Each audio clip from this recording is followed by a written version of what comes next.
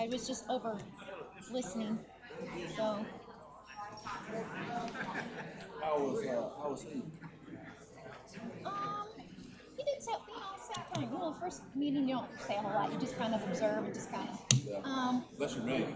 I don't even remember you being like that the first time, but, I think it was just the two swimming pools, which I'm fine and glad you get, but, he apologized for not saying that. So, but if you saw his email, I don't like to think of, I hope he doesn't think the meeting's this week. It's Thursday night.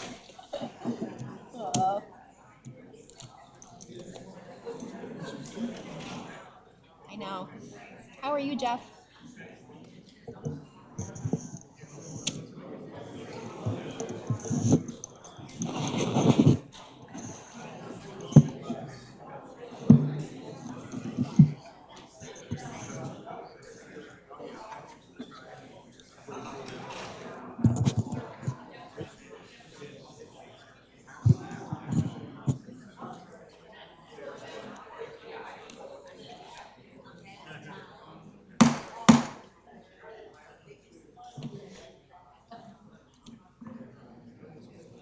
Good evening. Welcome to the May meeting of the Board of Zoning Appeals for York County. We get to the next slide.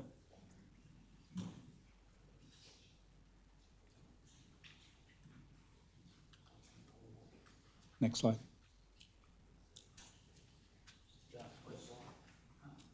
The next slide. So the meeting format tonight, the first item on the agenda will be adoption of minutes from the last meeting. After that, I believe tonight we have an executive session. Then we'll go through old business and then new business. And the process for each application comes up. The first case will follow this order where staff will give a presentation. Then after the staff gives their presentation, the applicant will give their presentation. And then it will be open for a public hearing where people may speak for or against. And at the end of that, the applicant may come back for final comments. At that point in time, the public hearing will be closed, and we will hear a motion from the board to accept, deny, or defer. There will be discussion amongst the board members, and a decision by the board will be rendered.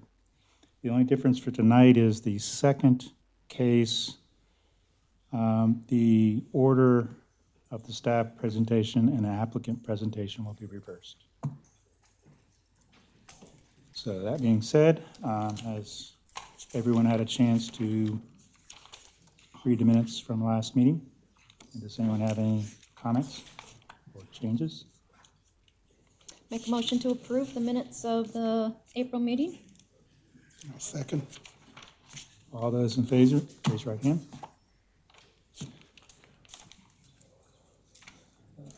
Meeting minutes are approved.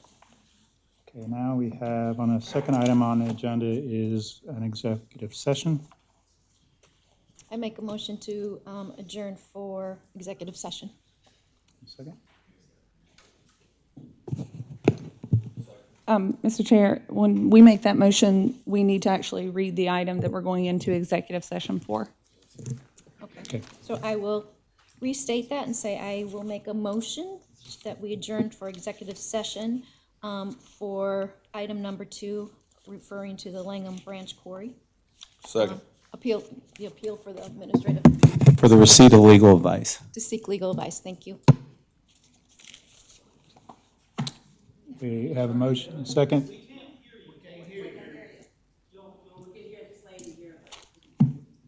Okay, You want me to restate the motion? please. Okay, so I'm making the motion to adjourn for executive session to get legal counsel regarding new business item number 2, which is the Langham Branch Quarry, which is an appeal for the administrative decision made by York County zoning administrator. Still can't hear.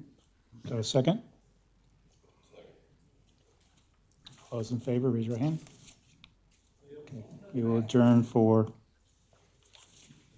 executive session.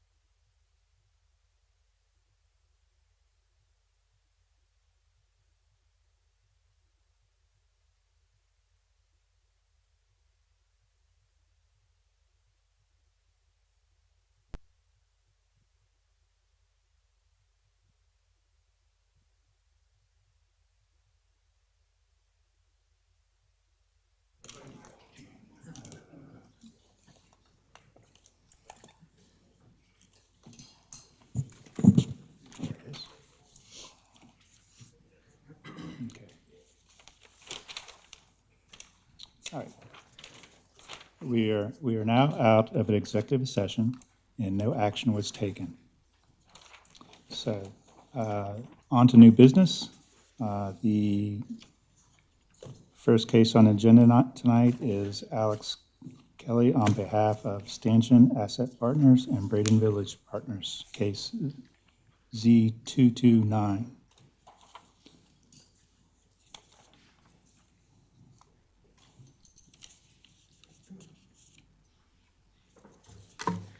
Hi, good evening, Board. Rachel Grothy, Zoning Administrator with the County of York. Let's see. Okay, so this is a special exception and 3 variance requests.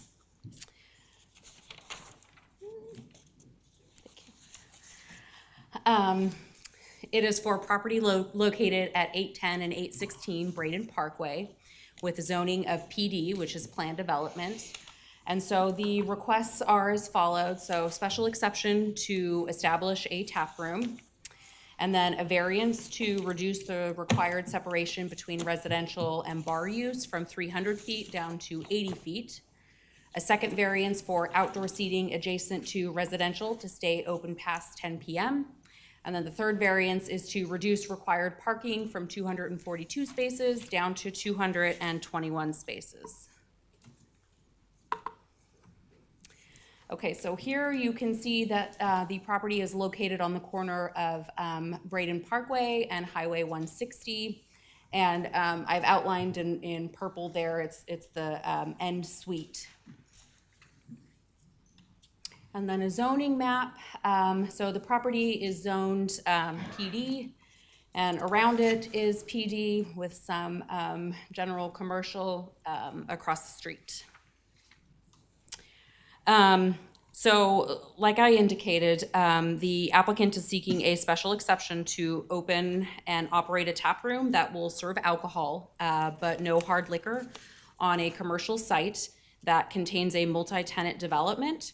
The interested tenant is Noble Poorhouse, and they plan to lease a 1,994 square foot suite along with an 808 square foot patio. And then just to sort of go over the variances more specifically, so the first one is asking for a reduction of 220 feet, which would allow a bar to be adjacent to residential and not meet that 300-foot requirement. The second is for outdoor seating and staying open past 10. So their hours are, they're proposing to be open till midnight on the weekends. And then we already went over the third for parking reduction. So the project site is an approximately 5.7 acre site that contains 2 buildings, public amenity areas, open space, and 221 parking spaces. Building B, where the proposed tap room will be located, is approximately 14,400 square feet and contains 4 suites. Building A is approximately 17,480 square feet and contains 8 suites. So this site is part of the Braden Plan Development, which received council approval in July of 2013.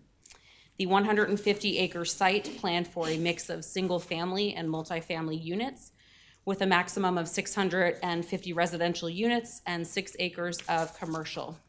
The subject parcel directly abuts a 34-acre multifamily development with single-family homes on the other side of Braden Parkway. So this is the approved site plan. So I'm going to go through a bunch of numbers. So according to the approved site plan, parking was approved predicated on the following square footages. So 10,400 square feet of restaurant, which that requires 131 spaces. 21,440 square feet of retail, which requires 86 spaces. And then 217 spaces were required, but they ended up constructing over that. 221 is what they ended up with, so that's what's out there today. So the way that everything is laid out currently is there's 10,500 square feet of restaurant, and that requires 132 spaces.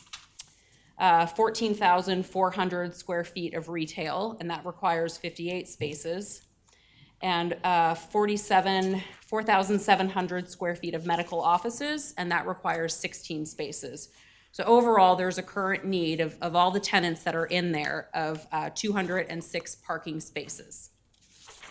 So the tap room wants to locate there, and their overall proposed need for both the suite and the patio is 36 spaces. So based on the existing need of 206 spaces and there being 221 available, there will be a shortage of 21 parking spaces. So now we're going to move into the special exception compatibility criteria.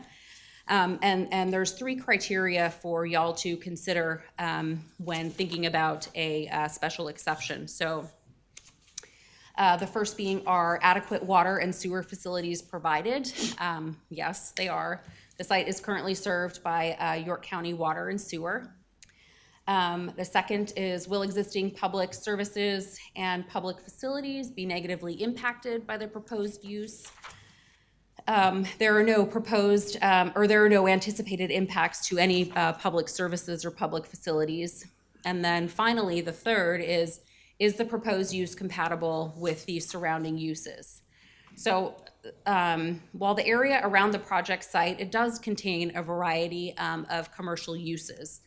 The parcel directly abuts multifamily residential development. The proposed use will be approximately 80 feet from a residential use, which does not meet the required 300-foot separation as outlined in the supplemental regulations. So therefore, staff finds it not to be compatible. And then moving into supplemental regulations. So the code has supplemental regulations for any new bars or nightclubs. And this is just sort of going over what I've already stated, is that a new bar or nightclub needs to be at least 300 feet away from all of those zoning districts, the one underlying being PD. And the tap room will not be 300 feet away. It will be 80 feet away approximately. So this one is not met. And then the second set of supplemental regulations has to do with outdoor gathering areas. Outdoor gathering areas, including decks, patios, that sort of thing, that are located within 500 feet of a dwelling unit shall cease operation by 10 p.m. The proposed patio is approximately 123 feet away from the nearest residential use, and they're wanting to close at midnight. So therefore, the 500-foot separation requirement in relation to hours of operation is not met. Okay, moving on to the 3 variances. So there are 4 criteria for y'all to consider when thinking about a variance. And in order to grant a variance, all 4 of these findings of fact need to be met. So I'll go ahead and go through them based on my analysis and provide that to you. The first finding has to do with extraordinary and exceptional conditions that pertain to this particular piece of property. So the first variance has to do with required separation between the 2 uses. So the existing property is similar in size and shape to other nearby commercial properties. The site is developed with a variety of commercial uses, much like any average shopping center. Therefore, staff finds that the proposed variance does not meet this criteria.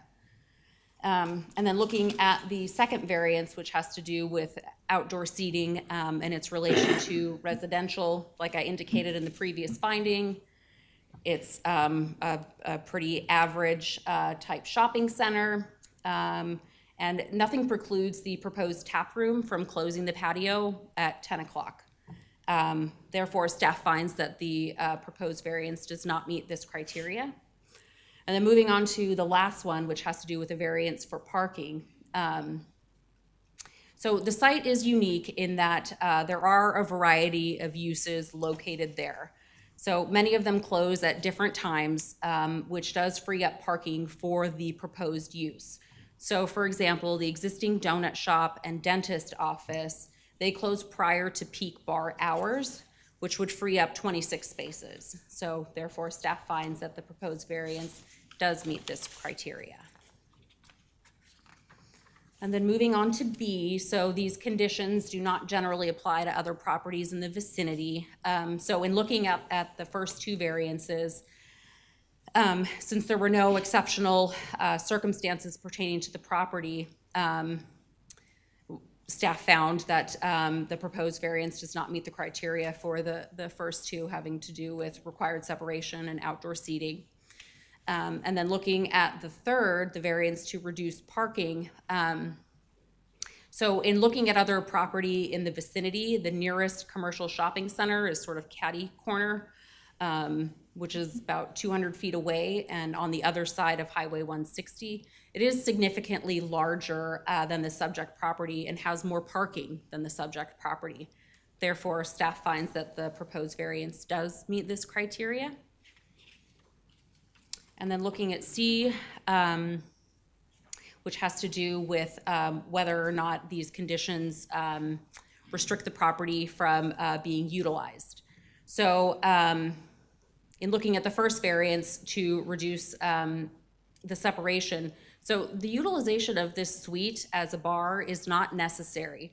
The suite could be leased to another type of tenant that does not require that 300-foot separation requirement. Therefore, staff finds that the proposed variance does not meet this criteria. And then looking at the second one, the utilization of the patio, and we already sort of covered this, the utilization of the patio after 10 o'clock does not restrict the patio from being used before 10 o'clock. It simply restricts the time at which it can be used. So staff finds that the criteria for this one has not been met. And then looking at the last variance for the parking reduction. So without a variance to parking, a tap room or a restaurant use could not occupy the suite. So in looking at what was approved, so in looking at the existing patio, it was envisioned that some sort of food or beverage service would utilize this site. Therefore, staff finds that the proposed variance does meet this criteria. And then moving on to the last one, which is D, that the authorization of the variance will not be of substantial detriment. So for the first variance, and really the second one too, those sort of go hand in hand.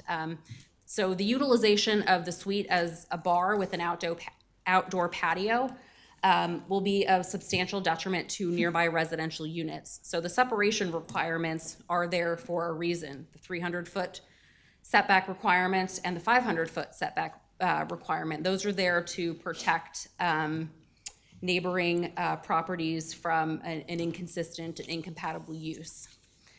And then looking at the last variance, so reducing the number of parking spaces by 21 will not have a negative impact on the surrounding area. And this was determined that since like the donut shop and the dentist office closed before peak bar hours, this frees up 26 spaces. So therefore, staff finds that the proposed variance does meet this criteria. So for recommendations, for the special exception, staff is recommending denial based on the analysis that we just went over and having to do with compatibility. And then in looking at the three variances, the required separation for both the patio and bar to residential, staff is recommending denial because the findings could not be met. And in looking at the fourth one, staff recommends approval because all of the findings were able to be met to reduce parking. In the event that the board finds otherwise, the staff has provided some recommended conditions of approval. So additional plantings or other screening methods shall be installed between the project site and the adjacent residential. Patio should close at 10 p.m. and 5 bicycle parking spaces shall be installed on the site. And this concludes staff's presentation. I'm available to answer any questions that y'all may have. So, try speaking this.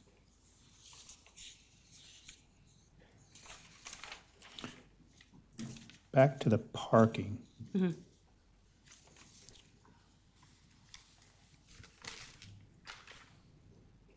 guess one of the questions or concerns that I have is, what if the hours change? That's a very good question. I mean, I'm a donut shop. I could change my business model, Sure. or, I mean, I'm not trying to be funny, but I see a bar there, I'm gonna stay open late. Sure. So how does, And that is a very good point. So there's nothing that staff could do to prevent something like that from changing. The only thing that we could look at would be like, for example, if, let's say the donut shop decides they're gonna leave, and that suite becomes open, whoever it is that comes in, the new tenant will need to apply for a power letter. And so staff will go ahead and take a look at that and take a look at the required parking and see what matches up. okay. Then on that same line of thinking, I believe I saw somewhere in the applicant's literature that they proposed using outside vendors for food, essentially food trucks. How does that factor into parking and?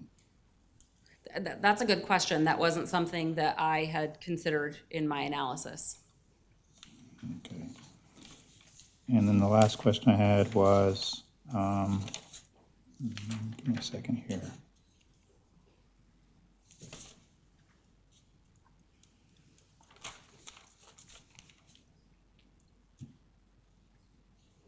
It says without a variance, this is under the effectively prohibit or unreasonably restrict the utilization of the property. Again, this is under the parking. It says without a variance, a tap room or restaurant could not occupy the site based on the existing patio. It was envisioned that some form of food or beverage service would utilize the suite. Therefore, staff proposes this variant meets this criteria. However, it's already maxed out for a restaurant before this application even comes in. So it's not that they didn't envision that space could be used as a restaurant. It's just they didn't manage their square footage. Is that fair? Yeah, that's a fair statement. Okay, that's all I got. I can add a little to the mobile vending food truck thing. They aren't permitted in any parking spaces, so if they were to have a mobile food truck there, it couldn't block any fire lanes, or they would have to come in and get a zoning compliance and show us where they would park the truck on the site, so it wouldn't be in any required parking spaces or fire lanes or drive aisles or anything like that, so. Okay, thanks. In staff's opinion, what was it, 223 total parking spots? 221 are there 221? right now. So with 221, is the 21 space shortage, is that a nail in the coffin, for it, or is that?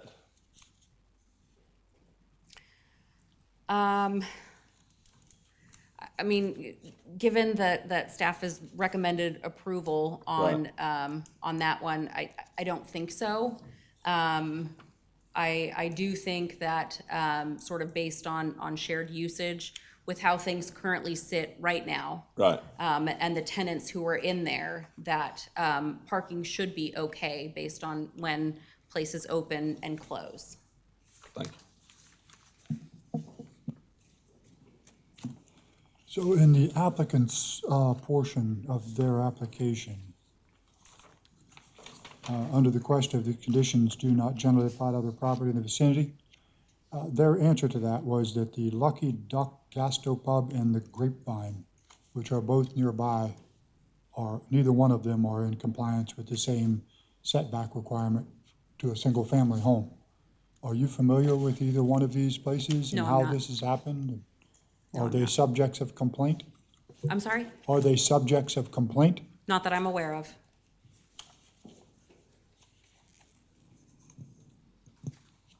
Did the recent recode have any effect on this? I noticed that in some places that the applicant specified different setback requirements than what the county did. Is it just typos or misunderstandings?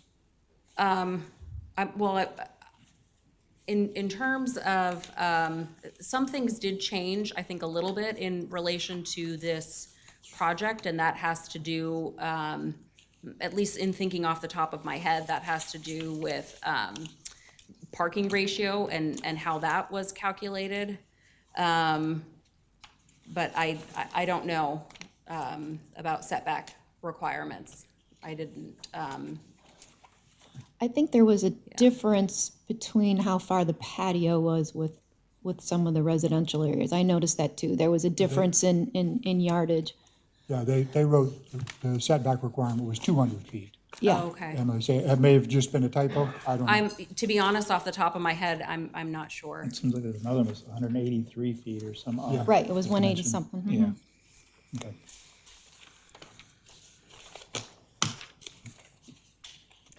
One other question for staff. Getting back with the potential of using a food truck. Would the service drive be would that be up for approval to put a food truck on a service drive, or does that tend to be more like a fire lane as well? We'd have to look at it when they submit the plans. Okay. It depends, because on this particular site, I know that service drive doesn't, it's not just them. So if they're blocking any Okay, like- throughway to get to the, Salon I or, think there's a dumpster location back there and some other things on the site plan. So we would have to look at that. okay. They're not gonna want that, they're not gonna want that location. Well,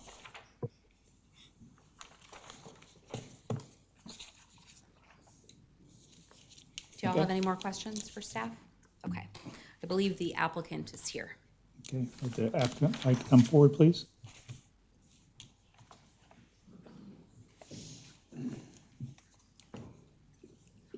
Good evening. My name is Alex Kelly, Stanchion Asset Partners. We are the original developer. Could you please, name and address, please? Alex Kelly, 4725 Piedmont Road Drive, Charlotte, North Carolina. Thank you.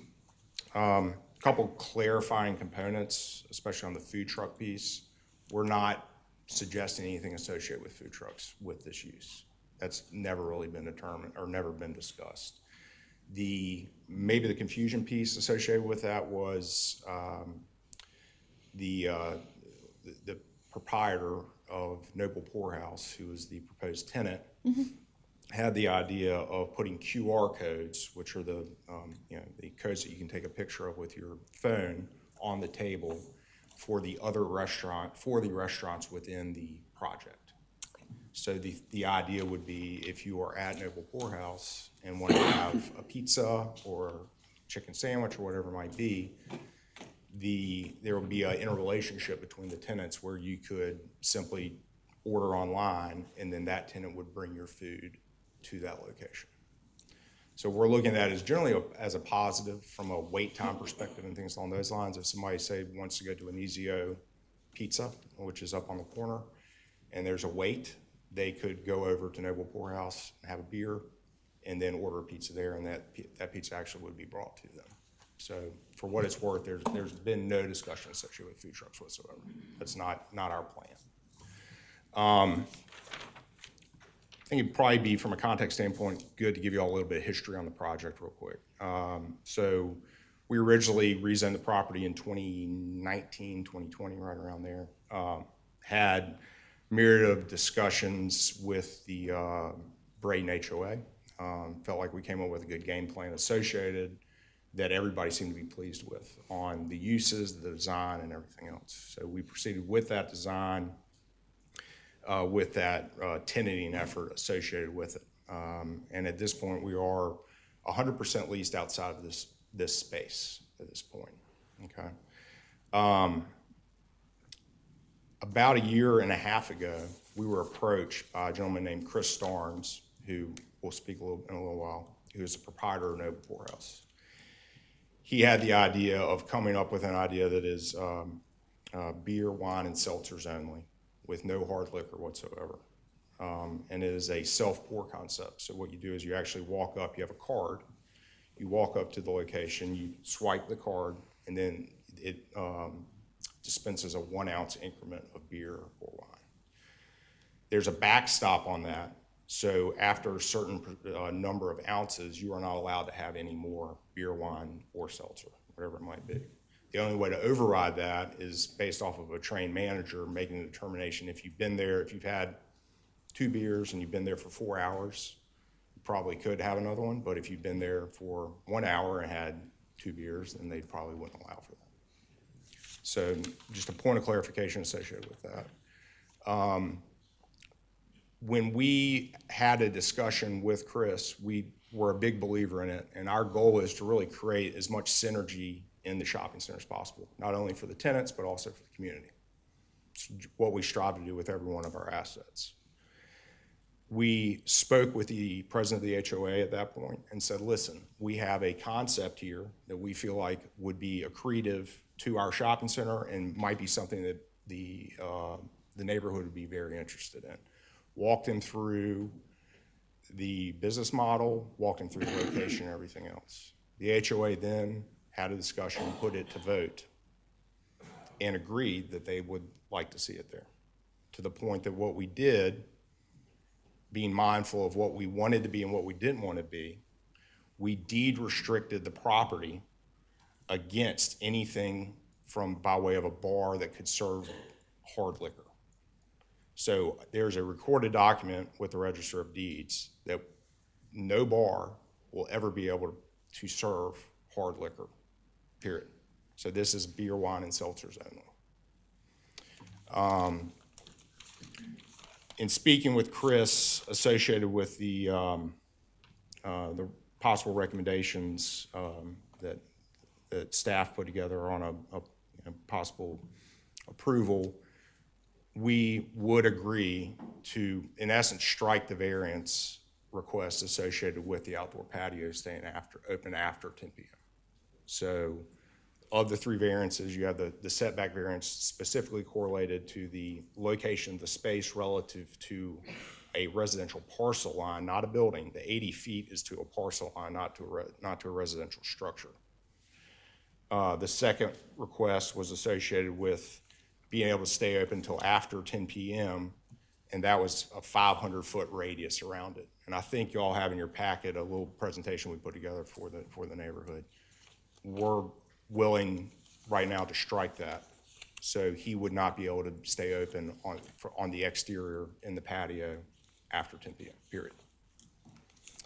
And then the third was the parking piece. And one thing I would say about the parking, from a code perspective, when code is driving parking on a project, they look at the peak hour requirement for each use.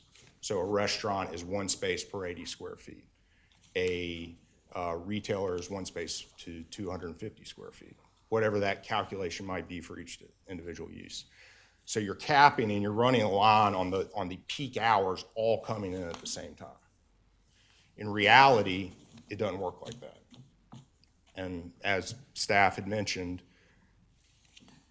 certain restaurants close early, certain retailers close early, certain doctors' offices close early. So there's always sort of this what's referred to as a counter-cyclical parking arrangement where people are moving out of peak hours and into peak hours. So that's kind of a constant discussion that we have with everyone, is that you might have your peak hour, you might be under your peak hour requirement, but the reality of it is counter to that.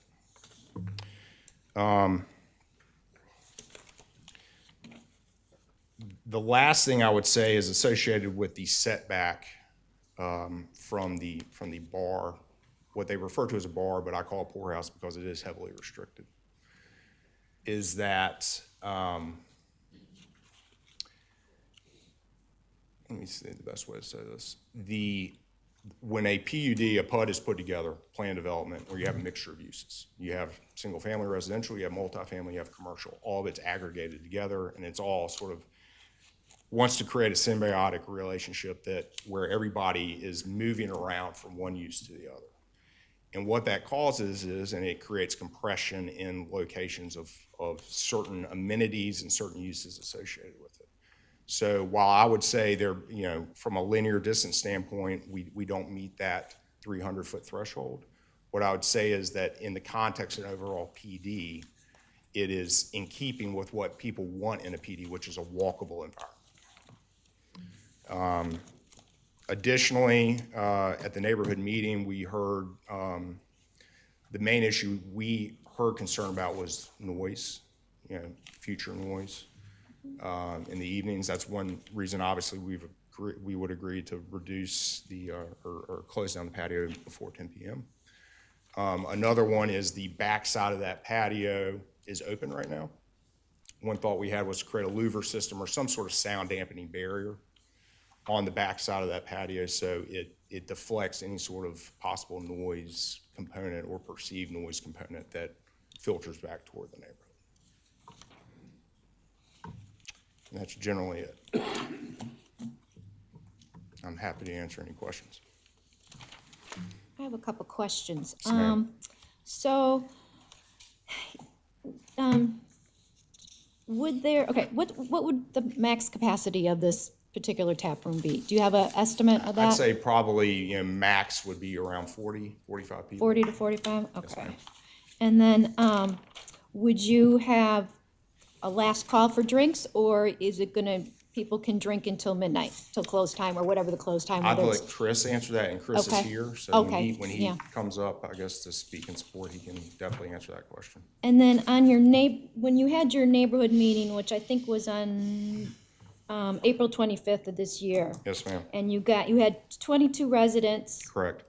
were they the ones that, when you got approval from the HOA, was that something that went out to every household in the, And we have the president of the HOA here, okay? who can answer Ask that that, okay. as well. I will do so.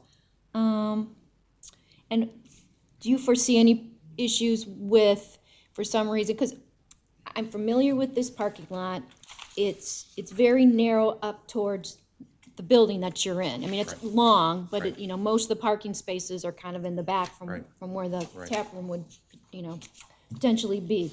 Do you foresee any problems with people parking along the parkway? And if so, do you have any idea how you would? So that actually got brought up, thanks for asking that, at the neighborhood meeting. So we had a discussion on, that was, from what I recall, that was brought up as a concern. And my question was, has anybody witnessed that yet?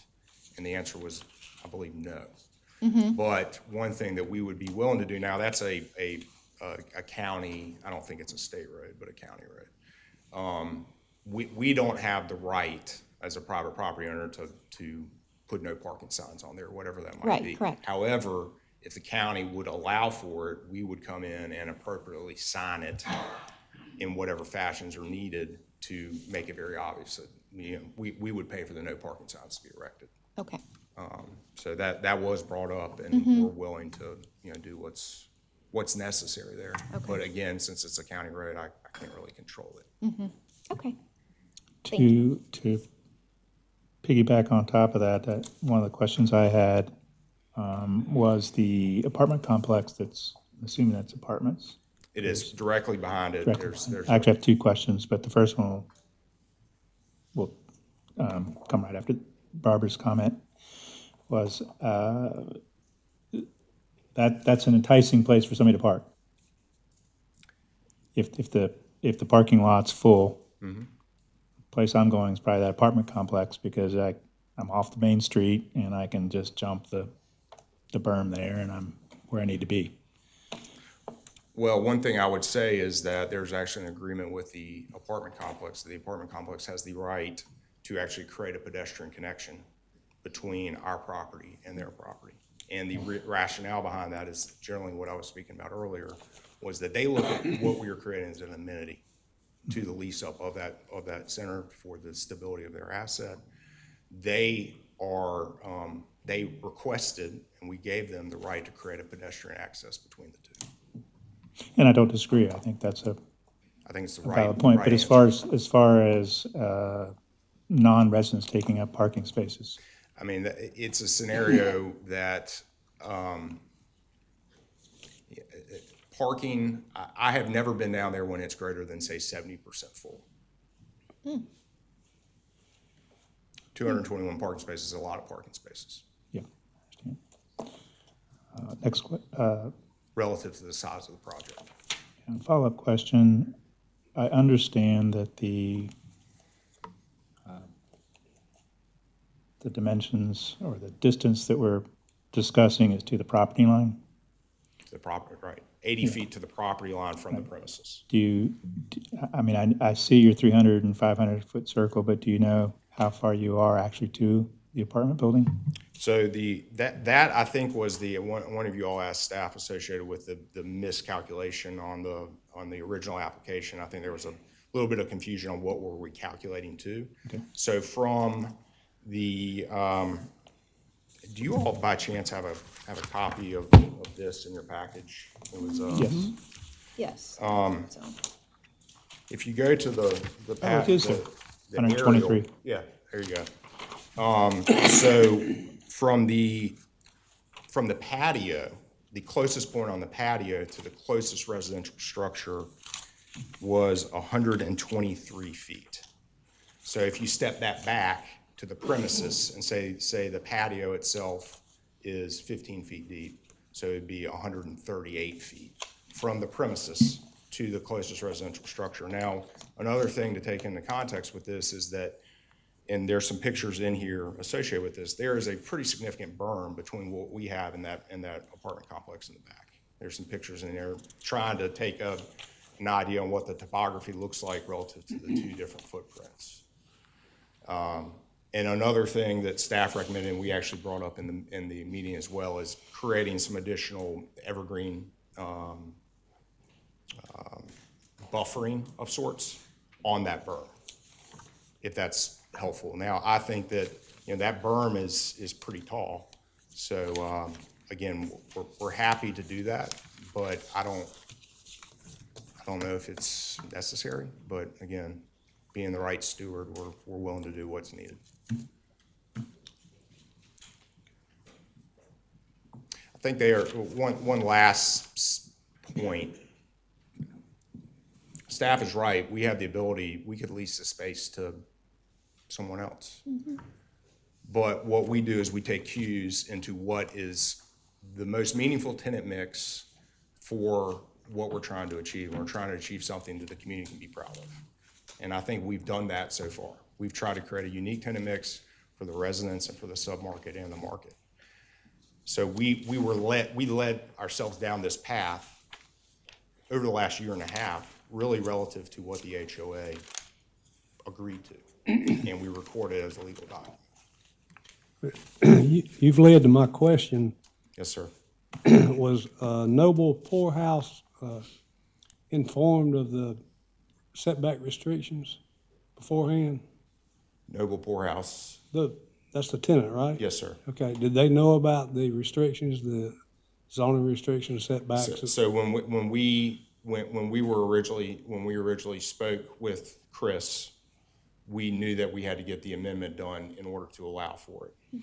So Okay. at that point, that's when we got the deed amendment revised, or we revised the deed amendment to allow for this use.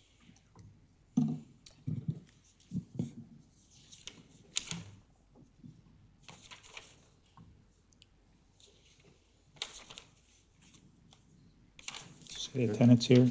Sir? Did you say the tenants here? Are they part Yes, of your I'll presentation? have him- Yeah, Chris. Do you want to come up? If you all need me, I'll. Thank you.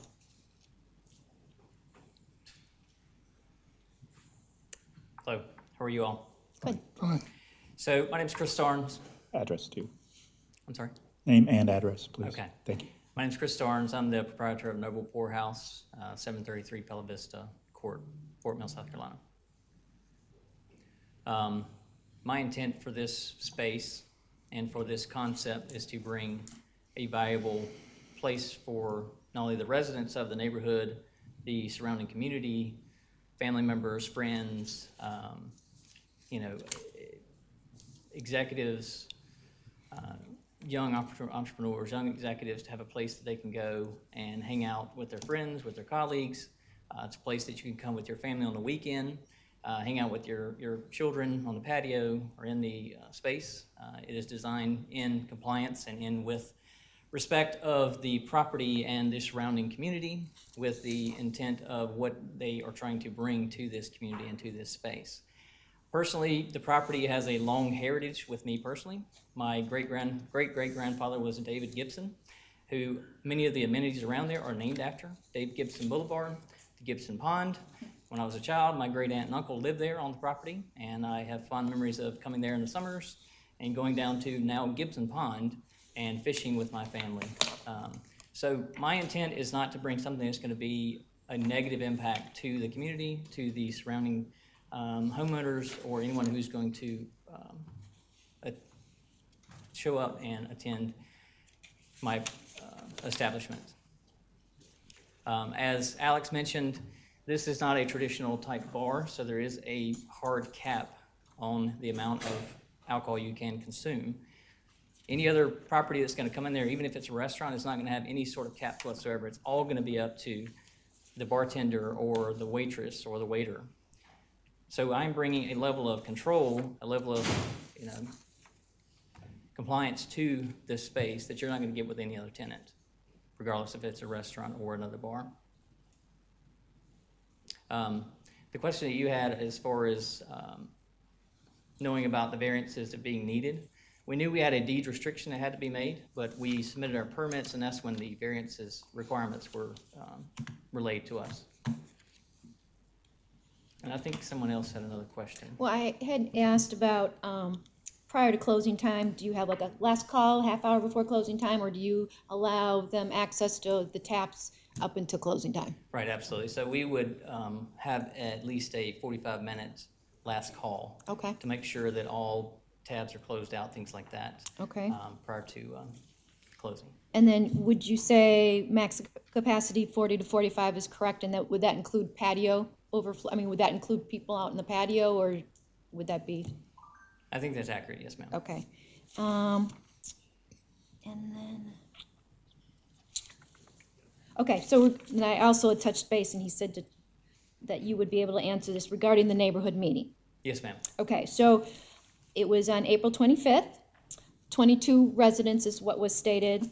Was this where you got approval and got, you got feedback? Is this where you got approval as your HOA, or did you go to all, did you send out a notification to all the households where they could vote? And what were the numbers? What was the overall consensus? Was it a close vote? Was it, I guess? We didn't vote that night. That was done prior to that meeting. What I was saying is that the head of the HOA Okay. is here, and the HOA is the one who runs that component. So she can answer that question. Oh, yeah, okay. Sorry.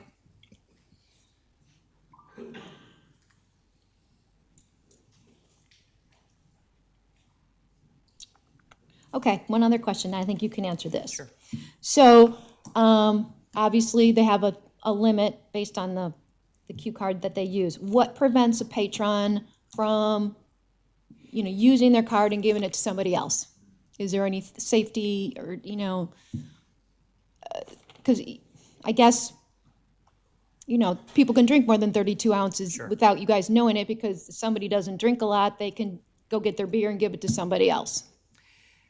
That's true. Yeah. So in order to drink at the establishment, obviously, you have to come in and be checked in. So if you're not of age to drink, you're not allowed to get a card. Okay. Patrons who are of age to drink could, swap cards. With it being a small footprint, it's not like we're 3 or 4 levels. So we're going to have staff that can keep an eye on people. It's not that they're going to be out of sight, out of mind. Okay. So I think you can't control everything, Sure. but we've done everything we can with the size constraints, with the layout of the building, to make sure that we are as vigilant as possible with compliance and to those things. And approximately how, I know this is, you probably not sure at this point, but like staff, how many staff, like on a Friday and Saturday night? What do you, like the ratio, like, Yeah, I wouldn't know the ratio off the top of my head, but we would have, 2 to 3 staff members. Okay. On staff. Okay. At a time. okay, fair enough, thank you. I have one question for you. Yes, sir. You mentioned your ties to that particular land or property. So for you, at no point was there ever consideration of this being anywhere else where there wouldn't be any of the restrictions?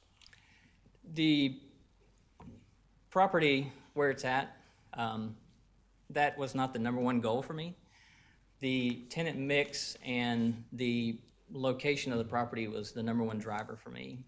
And the clientele that's around there, and again, bringing something that I thought would be beneficial to the community.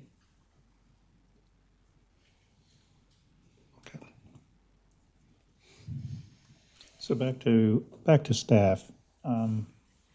In a traditional bar, restaurant with outdoor seating, we typically try to put some kind of controls on the outdoor seating, and the impediments are more just so that there is some level of control that allows staff to see what's going on. And in a traditional situation, you would have a waiter or waitress, whomever, frequently in the outdoor area because that's how they're serving. Sure. Since this is self-serve, will there be staff? Will there be someone dedicated to the outside? Yeah, so the staff is not going to stand behind a pedestal or anything. They're going to be rotating around, checking on people, making suggestions on different beers, wines, kombuchas, whatever they're in the mood for that evening or afternoon. Okay. And we'll also have cameras.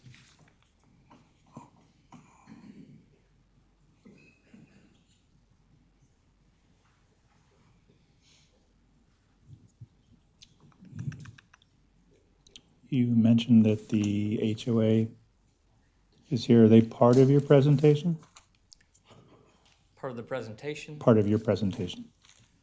So the HOA president is here, but I'm not sure I understand your question, part of the presentation. What was he planning on presenting, anything from the meeting and to Is us? it- So I think Ms. Totten is here just to answer any additional questions you Okay. might have and give some additional feedback.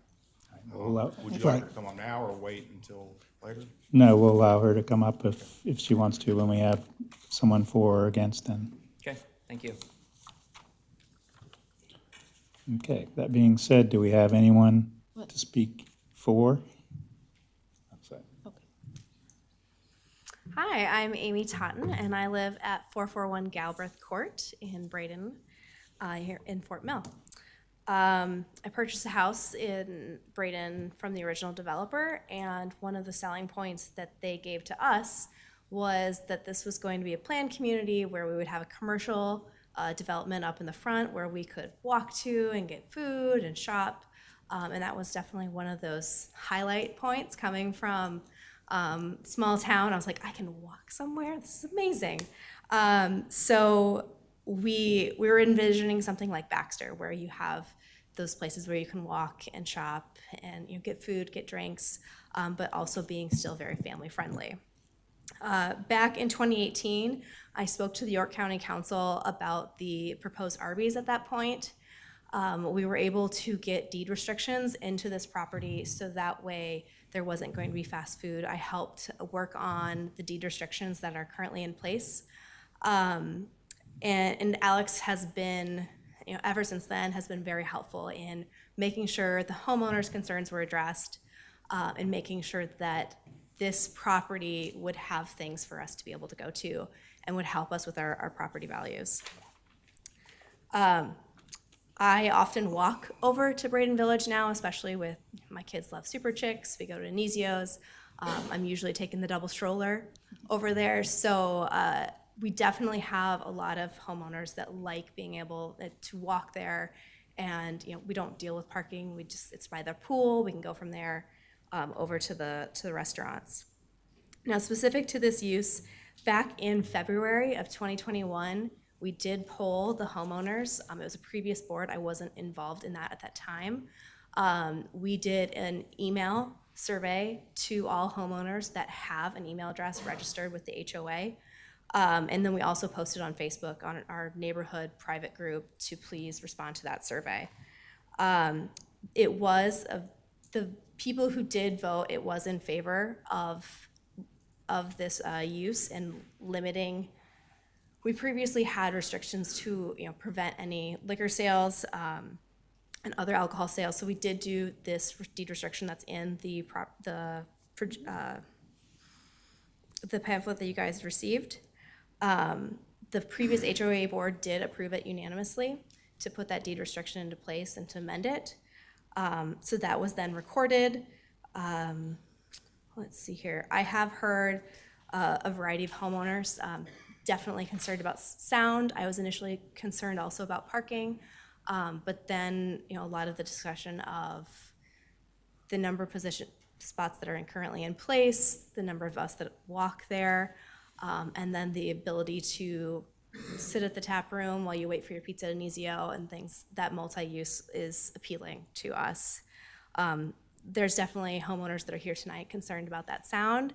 And I think Alex has been very helpful in being able to work with us and putting in some sort of a screening, adjusting that time frame, and we've been pretty happy with that overall. Any questions?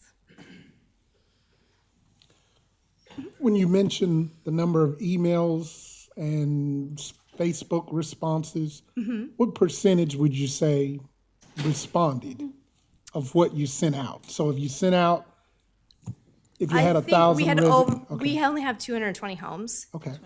We had over half of them respond. It was the majority in favor, but I don't have the exact numbers.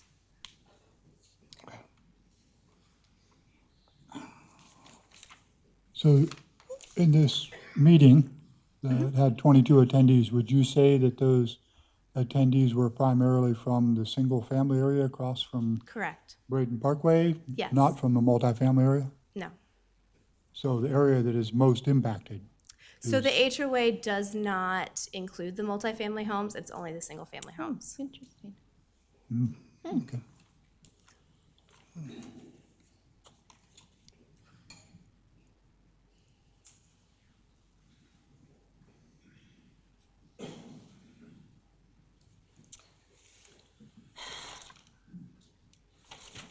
So if you had to guesstimate, do you think most of the patrons are going to be from, the surrounding neighborhood, or do you think, because it's a new concept, which is very attractive, it's very kind of a cool thing, or do you think it's going to be a lot of people coming in from outside?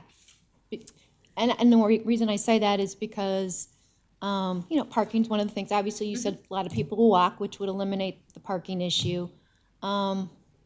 But I guess I just want to get your thoughts on that. No, I do think that the development does bring in, the commercial area does bring in a lot of people. I will tell you, the number one thing I hear as HOA president is, when are we going to get a stoplight? Not related to this conversation today, but I do think having that traffic coming in is one of our best chances at getting South Carolina to put one in. I think we need to have that traffic coming in. I have 2 little kids. I'm not going anywhere. I'm staying in my neighborhood, and that is a lot of our neighborhood is that way. So I think those of us that have those young kids are excited for that possibility. But I think also, hopefully it'll continue to bring more traffic in to help our needs. Okay, and that was kind of where I was going with this question, because I'm familiar with the area. I was actually there today.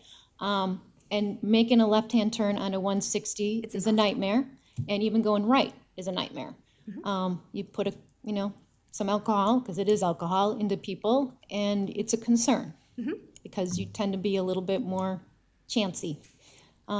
So that's where I was going. Like, do you think it's going to be more of a neighborhood thing where people are going to be mainly going down the parkway towards their homes, or are they going to be going out on 160? So, that's kind of where I was, targeting to see what your thoughts were on that. Strings, Yeah. we'd love a stoplight there. Yeah, it's needed. but that is, you know, if we could get something to ensure that we have that, I think all issues would be addressed there.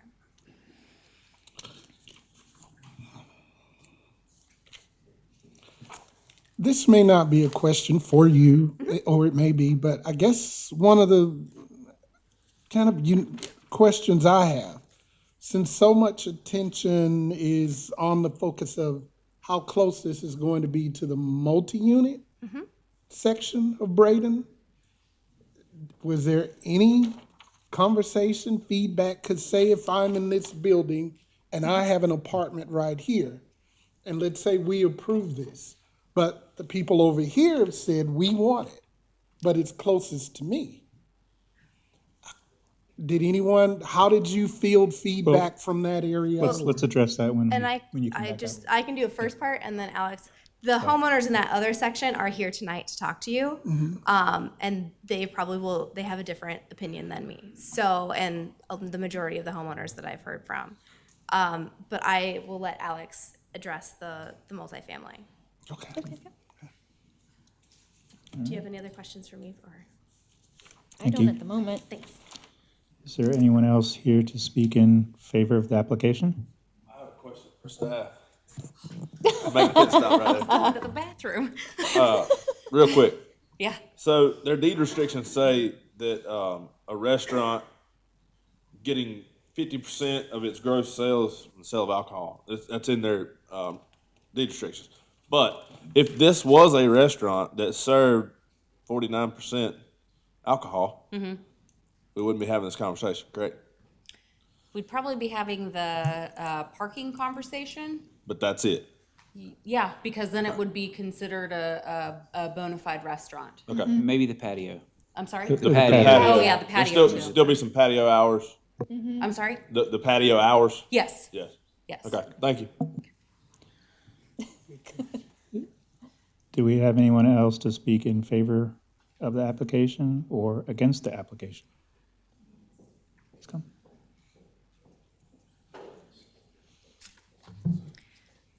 My name's Marcy Chookus, and I live at 282 Helton. And so my house backs up to the location that we're talking about. And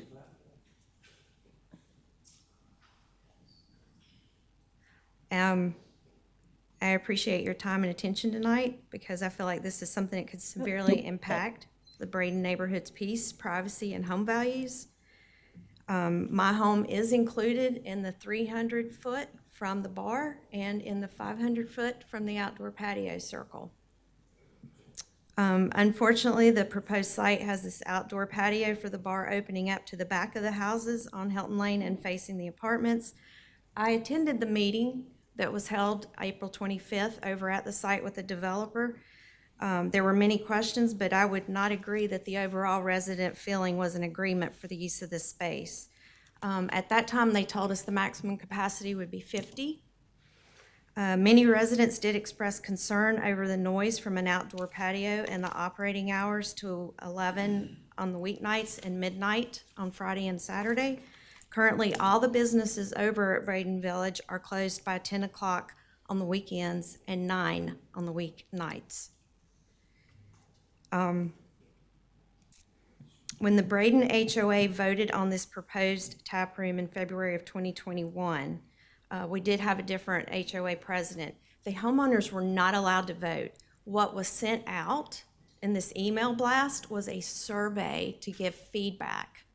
It was not said that the HOA then was going to decide themselves. And I did reach out to both our current HOA president and to our management company, Custer, and asked for the information that was sent out in that survey to just kind of revisit it to see what the residents were told, because I know we weren't told midnight operating hours, and nobody could provide me with that information now. Originally, the proposed site was told that it would be a coffee shop. I have heard that from the survey feedback that they did get from the homeowners, that it passed at 58%. But again, It was not an actual vote. It was just a feedback request. I do want to mention that at that April 25th meeting, we did bring up with the developer that even currently right now, people on Helton Lane can hear the dumpsters being dropped in the mornings at 5:30. And I expressed concern that they're going to be open till midnight, and then I get to hear the dumpsters emptied at 5:30 in the morning. We as the residents affected by this proximity feel that the county put this distance ordinance in for a reason, to protect the peace and quality of our homes and the investment that we've made in them. Approval of the variances of the 300 and the 500-foot distance from a bar and an outdoor patio to a residence will severely impact our homes and our lives. I cannot imagine that anyone here thinks living within 100 feet of a bar or an outdoor seating area open till midnight could possibly be a good idea. Many of our bedrooms and our children's bedrooms are on the back of the house and face this outdoor patio. In addition to the distance situation, as our current president mentioned, we do face a traffic issue there with the parking and the lack of the stoplight at that entrance to 160. Many of the tenants and that's a separate issue, I know. But I do feel like, I think some people feel like if we get this tap house in and get a lot of traffic, that we'll get a light. But someone's gonna fill that spot at some point. It's gonna be filled, and we'll get enough traffic and enough. We've been told that they can ask for another DOT study for the traffic once that Braden Village is filled. Somebody will go in there, even if it's, not necessarily the tap room. As you mentioned, that is a very tight turn pulling in there. In fact, one of the delivery trucks has already hit the brick wall that the builder put in and took a chunk of that out and ran over the irrigation system. And I would like to ask, if you are inclined to approve this tonight, please make these developer concessions a requirement that he's already come up and mentioned, that those have to be part of this variance. And I'd also like to point out, while Noble Poorhouse does sound like a neat, novel idea, something different, I do believe it's going to attract people from outside the neighborhood. There's nothing else like that. You have to go into Charlotte to get to something like that. And what happens if the variances are approved to allow a bar that close to our homes, and then Noble goes out of business in a year or two, and then at that point, any bar can come in. So I just urge you to please consider the residents' homes and the quality of our lives and deny this requested ordinance variation. And thank you for your time tonight. Quick question for you. When they had that meeting, I think you said it was February last year. I can't remember. Well, they didn't have a meeting. They just sent out an email. Okay. So did you partake in any kind of meeting with the HOA or not? No. Okay. We did not have a meeting. There was a survey that was sent out by our Custer Management Company. Okay. Was there any concern brought up from the homeowners, especially near, where you are, about light issues, about having like a lit up patio? Was that ever brought up, and what? To my knowledge, I did not remember us being told there was going to be a patio there. Okay. But that's why I asked for that survey information, so I could review what we voted on. Gotcha. Okay. But couldn't get it.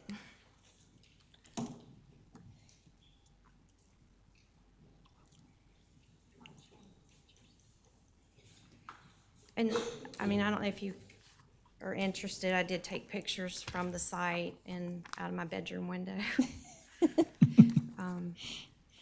I mean, you can. I mean, it's you can pass them around. You can pass them around. Start at one end, and we'll just pass them. Thank you. Is there any other questions for me? So I guess this is more.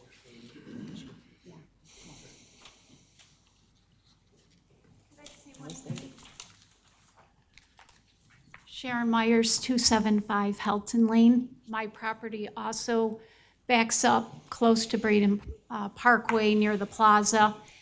And I think the neighbors that were in favor of this project are the ones that live toward the back of our development, where they don't see the traffic cutting through our neighborhood because there's no light. People have to come out a lot of times and go down Braden Parkway and then turn left on Emery to get out to a light. That is impacting the traffic in our neighborhood. And the neighbors who live in back and were in favor, including our HOA president, they don't get affected. Nobody turns down Galbraith Circle to get out of the neighborhood. They don't care about the people that's property is diminished living right near the developed plaza in Noble Tap Room. Their children are in the back in a cul-de-sac playing, where our children are out playing at the park area, at crossing the street to go to our swim pool there, where people cut through and drive fast because there's no speed bumps and no lights. So the neighborhood is divided on this. This is the problem, where you're going to see, well, oh, the HOA said this was in agreement. Not all of us are. The ones who live closest are not in agreement, of course. Just like the people in the apartments, sir, that you said are going to be impacted more as well, aren't included in this tonight. So that's where the division comes from. So I just kind of appeal to you to think about the people who live closest and are impacted the most. Thank you.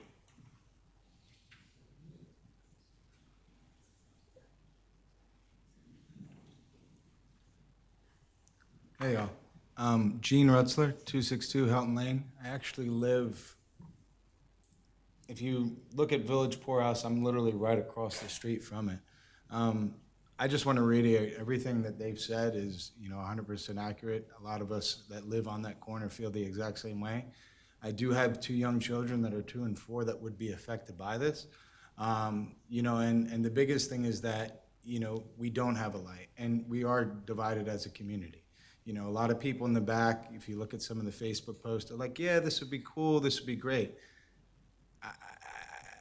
If I lived in the back of the community and it didn't really affect me, I probably might feel the same way. But when you're directly impacted by it, and you have young children that are playing, it's definitely a concern.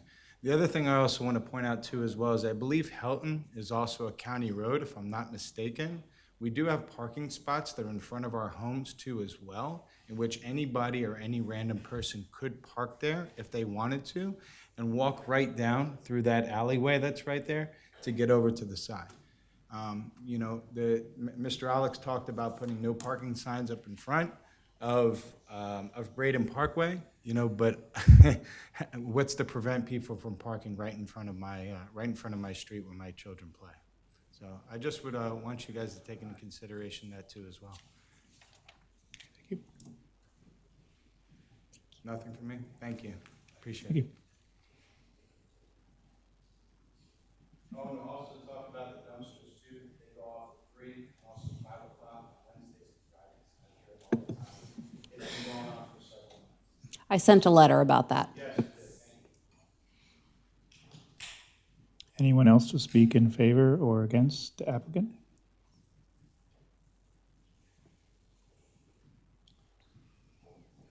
If the applicant would like to come back.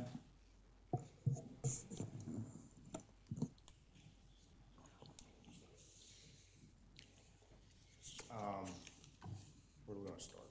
So I'd say with their questions and concerns, number one, the dumpster piece, which is a problem, that is our property manager requesting changes in pickup times from the private company that actually pulls the dumpsters for us. So we've requested, I will get on the phone again with them tonight, making sure that we try to get it to 8 o'clock. Started at, is it still at 5:30? So it was supposed to go to 7, and then we talked about that, and then we accused her, who is the one of the managers associated with it. So can we move it back further? So 8 o'clock is our target on that. By way of light pollution, I think it's probably the way you want to say it. Mm-hmm.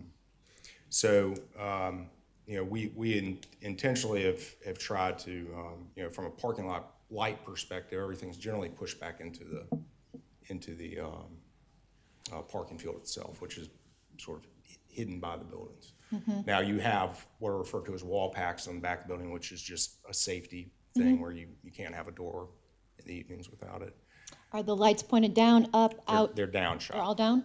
Correct, they're downshot. And are you planning, since we're kind of talking about the patio Yeah. area, are you planning on having any type of, shade or something? And that's what I wanted to bring up. I mean, the concern about noise, I mean, again, I mean, we are trying to do what's right. And we always will do what's right. If we need to put up some sort of barrier of sorts on the backside of the patio that's an attractive louver system or whatever it might be to aesthetically, create a dampening environment for noise, we're happy to do that. That's not an issue for us. I mean, I think it's good feedback. It's constructive feedback. So our goal is, obviously fix the dumpster component. Everything that the staff has listed as the concessions, we're happy to address. Talked about the food piece, meaning there's no food truck. One other thing I would point out is that the Anisio Pizza, which is there right now, they do serve beer and wine, and they do have an outdoor patio. They have the ability to operate or govern themselves as a restaurant, right? Not as a bar. So we're trying to create as many guardrails on this concept as possible to actually, in theory, make it even more restrictive from a time perspective than a restaurant that serves alcohol, which I think you would see within the governance associated with the deed restriction. And again, I'm happy to provide any sort of guarantees associated with design with this backstop louver system and screening, landscape screening, parking, everything else that's needed to give everybody comfort that we're going to do it. I mean, I feel like and think everybody could say that when we say we're going to do something, we're going to do it.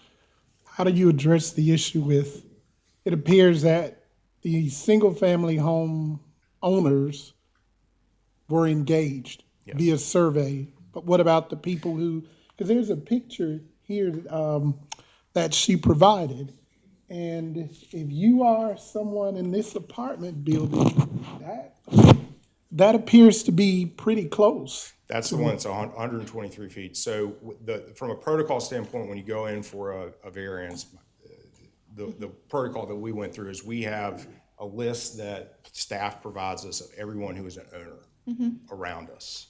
And that includes private homeowners, commercial property owners, whatever it might be. The apartments are commercially owned in one piece.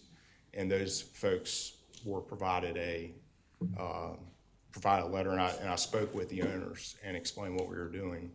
And again, as I brought up earlier, associated with this pedestrian connection, that's something that's very interesting to them. So the owner of the apartment. Yes, sir. Development, but if I'm the person leasing this. Right. And let's say, may be immaterial to you, but They're not let's say immaterial to us. my lease is $1,500 a month. Yes, sir. And I live there, you're impacting me, but I have no say-so, or there was no need to engage me, you engage the owner of the development. Well, we asked the owner of the developer, I mean, Who probably doesn't live right here. he does not. That's correct. But one thing I would say is we're making the adjustment associated with the patio piece to help dampen that. So it's, a 10 PM cutoff, period.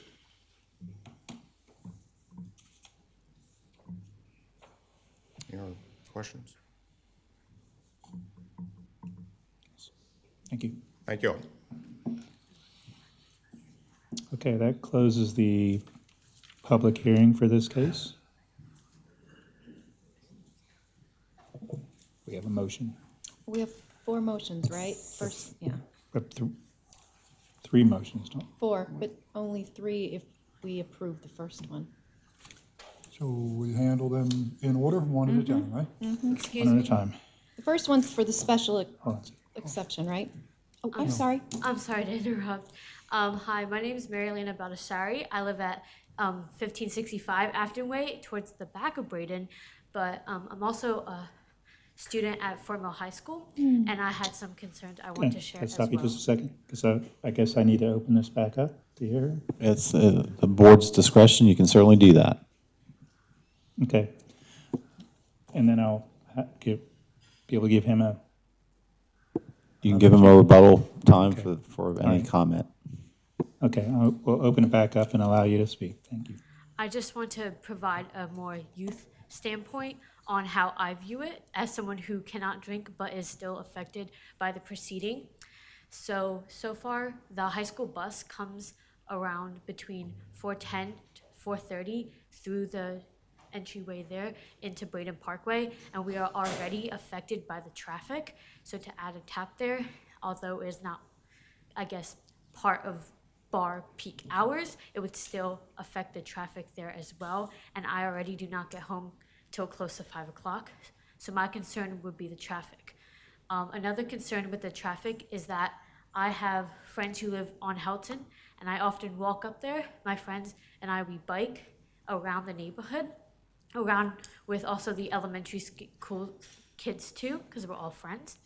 And a concern we have is that a lot of people do drive there, and there's been countless times where I have almost been ran over by negligent drivers who do not live in the area. And to add a tap house there and putting alcohol into the mix, although again it's at a lower level, it will still add possibly even the possibility of an accident. And that's where I'm concerned for me and my friends and our safety in the neighborhood that we live in, because this is a very this is a neighborhood with a lot of families, especially young kids. So I am very concerned for that matter. Thank you. I just wanted to put that out there from a youth standpoint. Thank you. Thank you. Thank you. The applicant like to come back up? You good? Okay. At this time, the public hearing is closed. And let's get back to the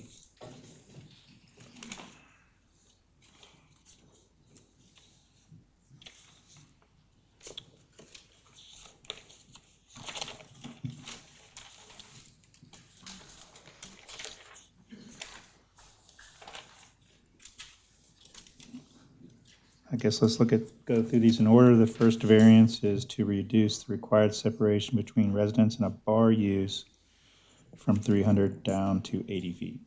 No, the first one would be for a special exception. Correct? Yes. Because we have to allow the special exception usage first, and then we go to the variances. If we approve it. Got it. Sorry. I know for so.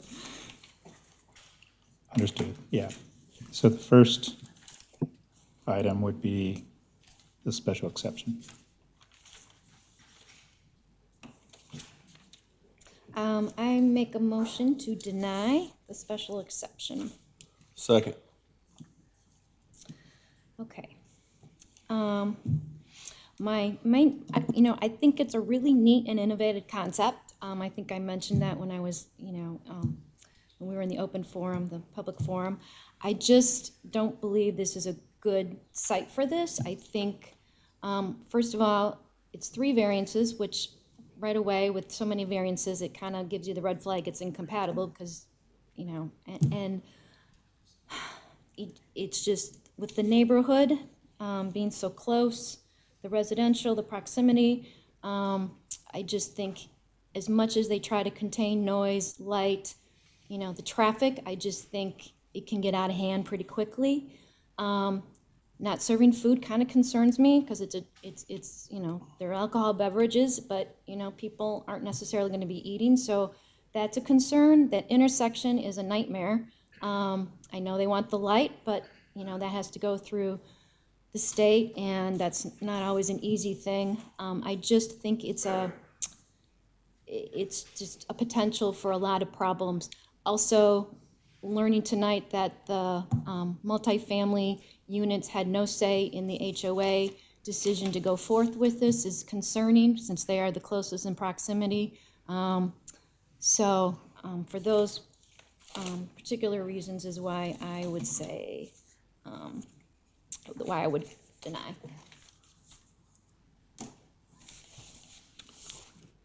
I'll just kick in that I agree with those sentiments, and Also, the primary concern, I think, is the noise and incompatibility with the neighborhood. And of course, the applicant said that they would be willing to take measures to try to mitigate the noise, but I've been on this board long enough to know that trying to mandate noise mitigation is an absolute nightmare.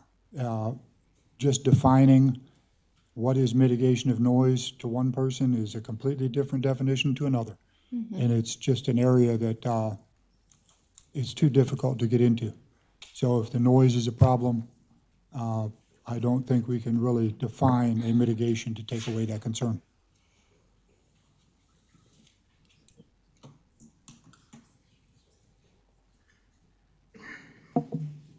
I seconded the motion just because I completely agree with what Barb was saying. I think the distance, we have a 300-foot rule for a reason. Even at 123 feet, it's no wider than this room. To put that into perspective, I mean, you want to live that close to a bar? No, that's why we have a 300-foot rule. And so I just think you're splitting hairs. You're trying to get too close, and I don't think it fits.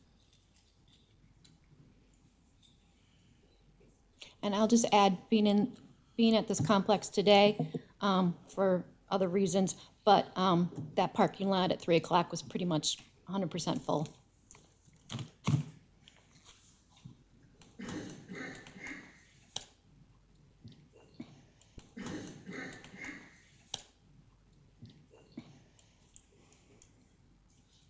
Any other further comments? Okay, let's go to a vote for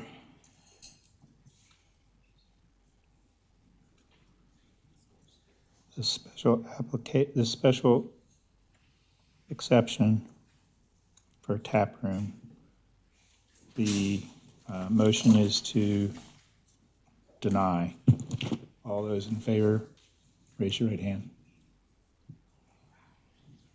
Unanimous. That being said, the other three are no longer. Yeah, I don't believe y'all would need to vote on the other three at this time. Okay, just want to verify that. Okay.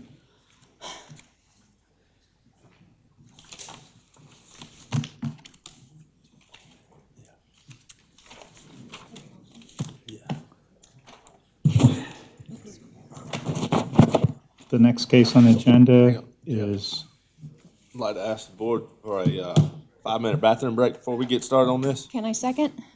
all those in favor? And that way, let them know they can leave too. That way, they don't have to sit around.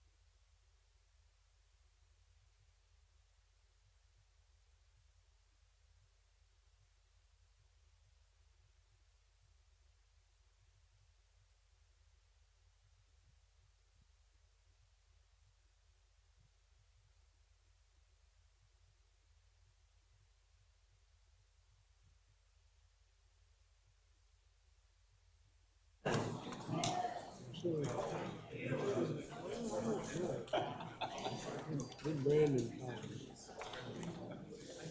He called me after that. I said, look, Okay. he says,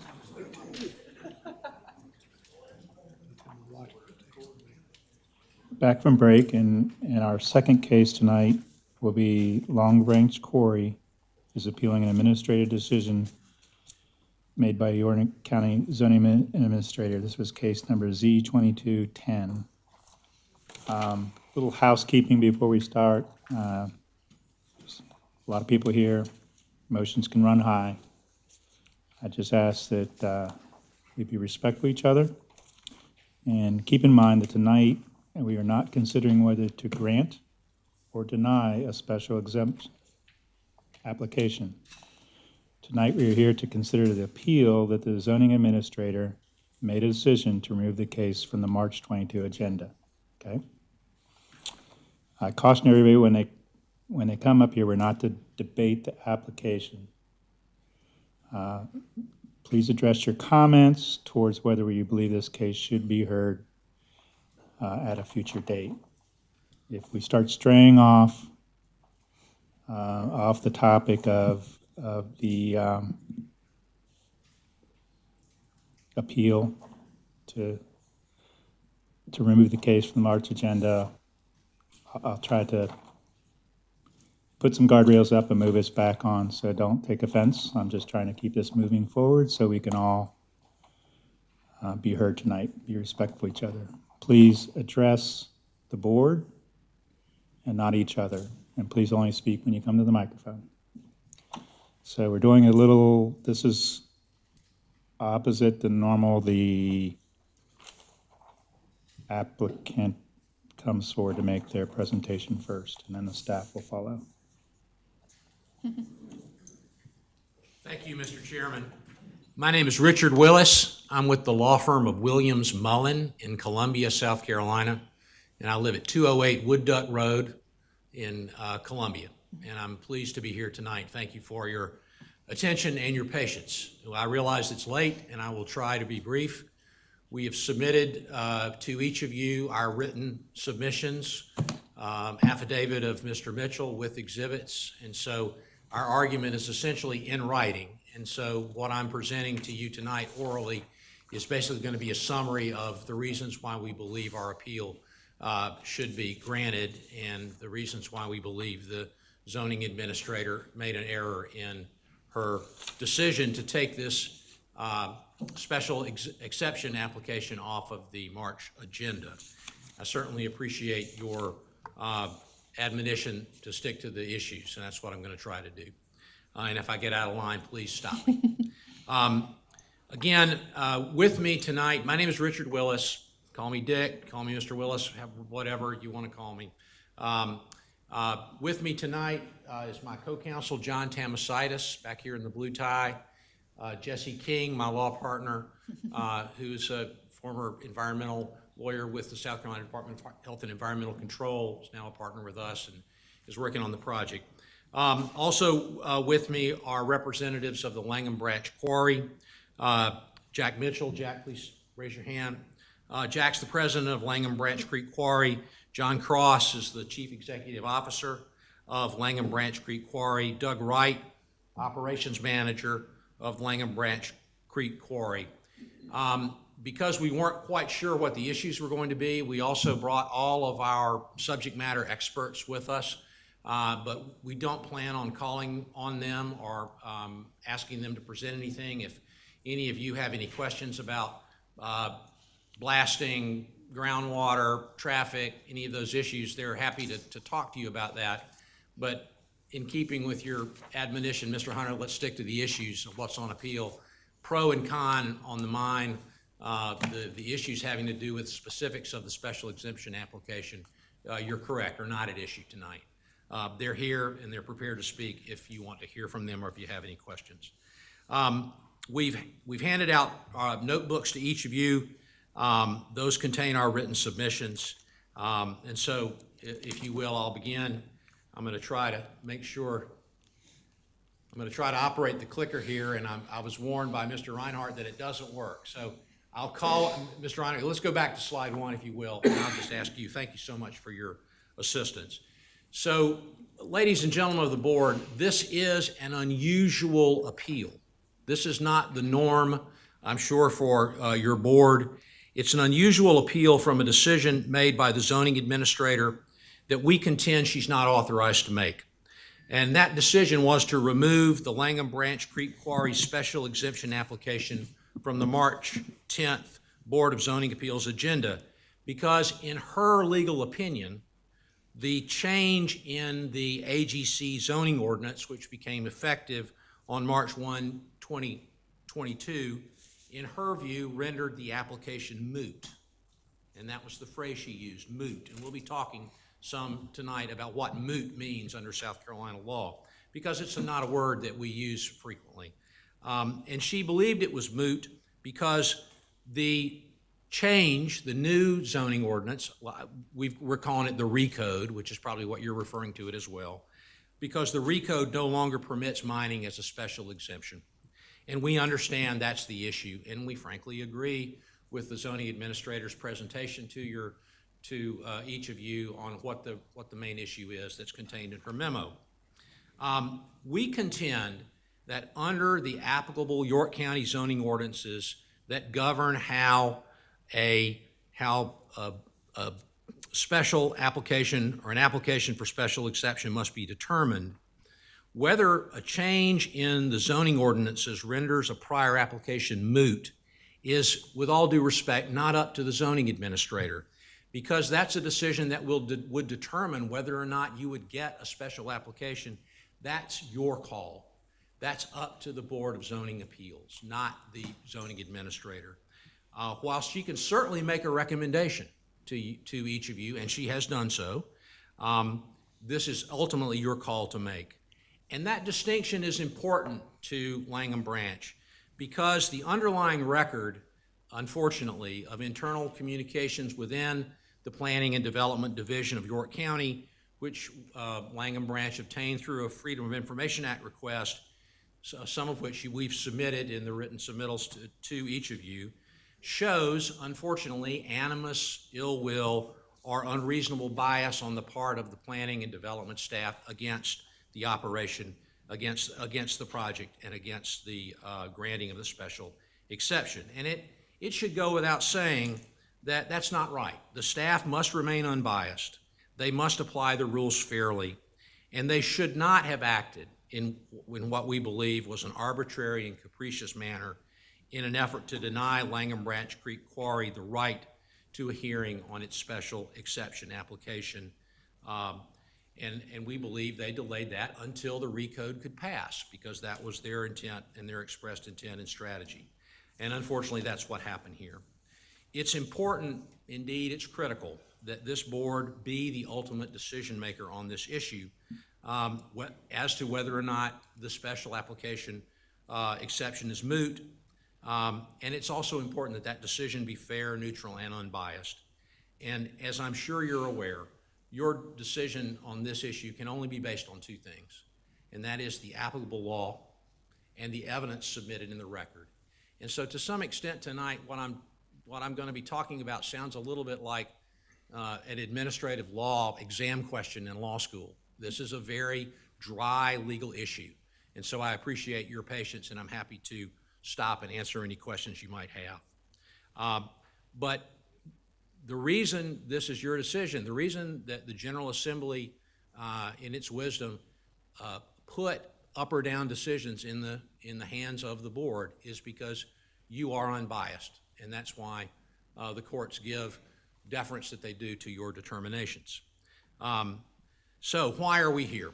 Simply stated, we disagree with the zoning administrator's determination that since the code has been changed, this board does not have the ability to consider this application. We believe it does, and we believe that South Carolina case law, specifically 3 cases that we've cited in our written submittal to the board, the Pure Oil versus City of Columbia case, the Scott versus Greenville case, and the Vulcan Material versus Greenville case, all stand for the legal proposition that under well-established South Carolina common law, the case law, a property owner has a legal right to have its permit application decided based upon the ordinance that existed at the time a proper application for the permit was made. And I'd like to briefly quote from that Pure Oil case, because the Supreme Court, the South Carolina Supreme Court, succinctly states what that holding is.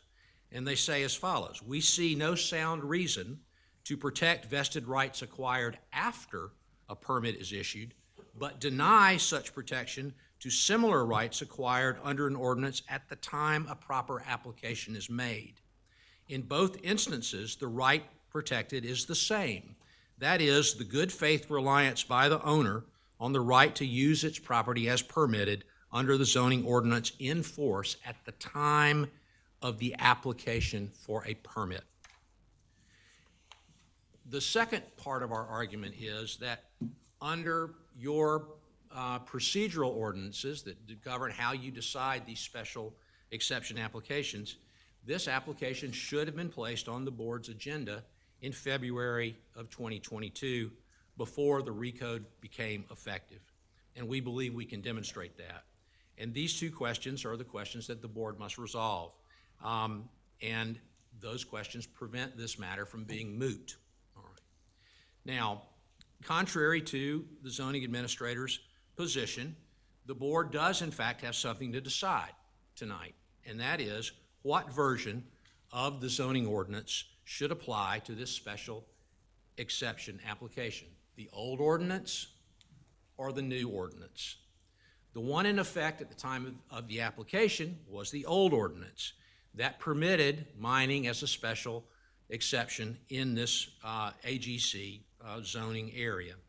The new ordinance does not. And so that's essentially what the underlying issue in this case is. And again, second, that when the application was submitted and it was deemed final, then that triggers the 30 days that this board has to make a decision within, or has to hold a hearing within that 30 days. And so this application has been submitted no fewer than 3 times. It was submitted in September of 2021. It was submitted again in preparation for, I believe that September 21 hearing was going to be in December. That hearing was deferred, and it was submitted, that hearing was deferred until January and was placed on the agenda again. In January, 2 of the presenters had COVID, and so they requested that it be deferred, and I'll go into a little bit of that timeline in a bit. But we believe that once that special exception application is submitted, this board has 30 days in which to hold a hearing. And the last submittal of this application was on January 21, 2022. And we believe that the staff had ample time to give 15 days notice and get this on this board's agenda for a decision one way or the other on its February 10 meeting. But unfortunately, that did not happen. Instead, the staff made the decision to defer that until March. The recode passed, and then the staff removed the application from the agenda on the grounds that they believed it was moot. Let me, before I proceed further, it's important for the board to understand how this matter came sort of to you in this unusual posture. Let me ask Mr. Reinhardt if you could go to the next slide, please. So this, of course, is the property, and as the board can see, up in the sort of the middle top, that's where the existing mine that's already there on the property is operating.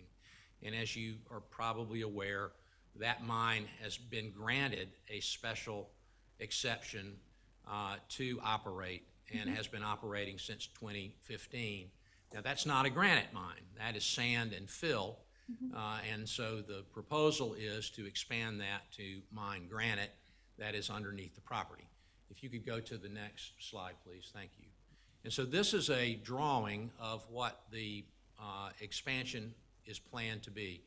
And the green is the buffer area. The blue area is the pit.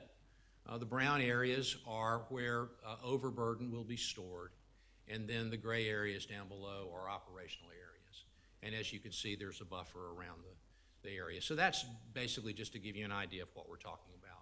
Next slide, please. So how did we get here? The events, and this is all in your materials.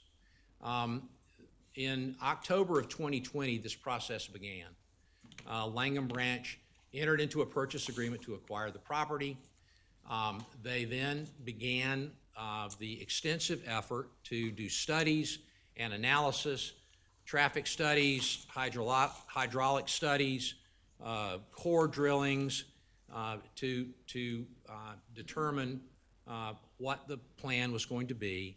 And they met with the Planning and Development Division, and they helped direct them as to what studies they wanted them to conduct that would be consistent with the zoning application that was in effect at the time. And so they went through that process, and it was long, and it was extensive, and it was expensive.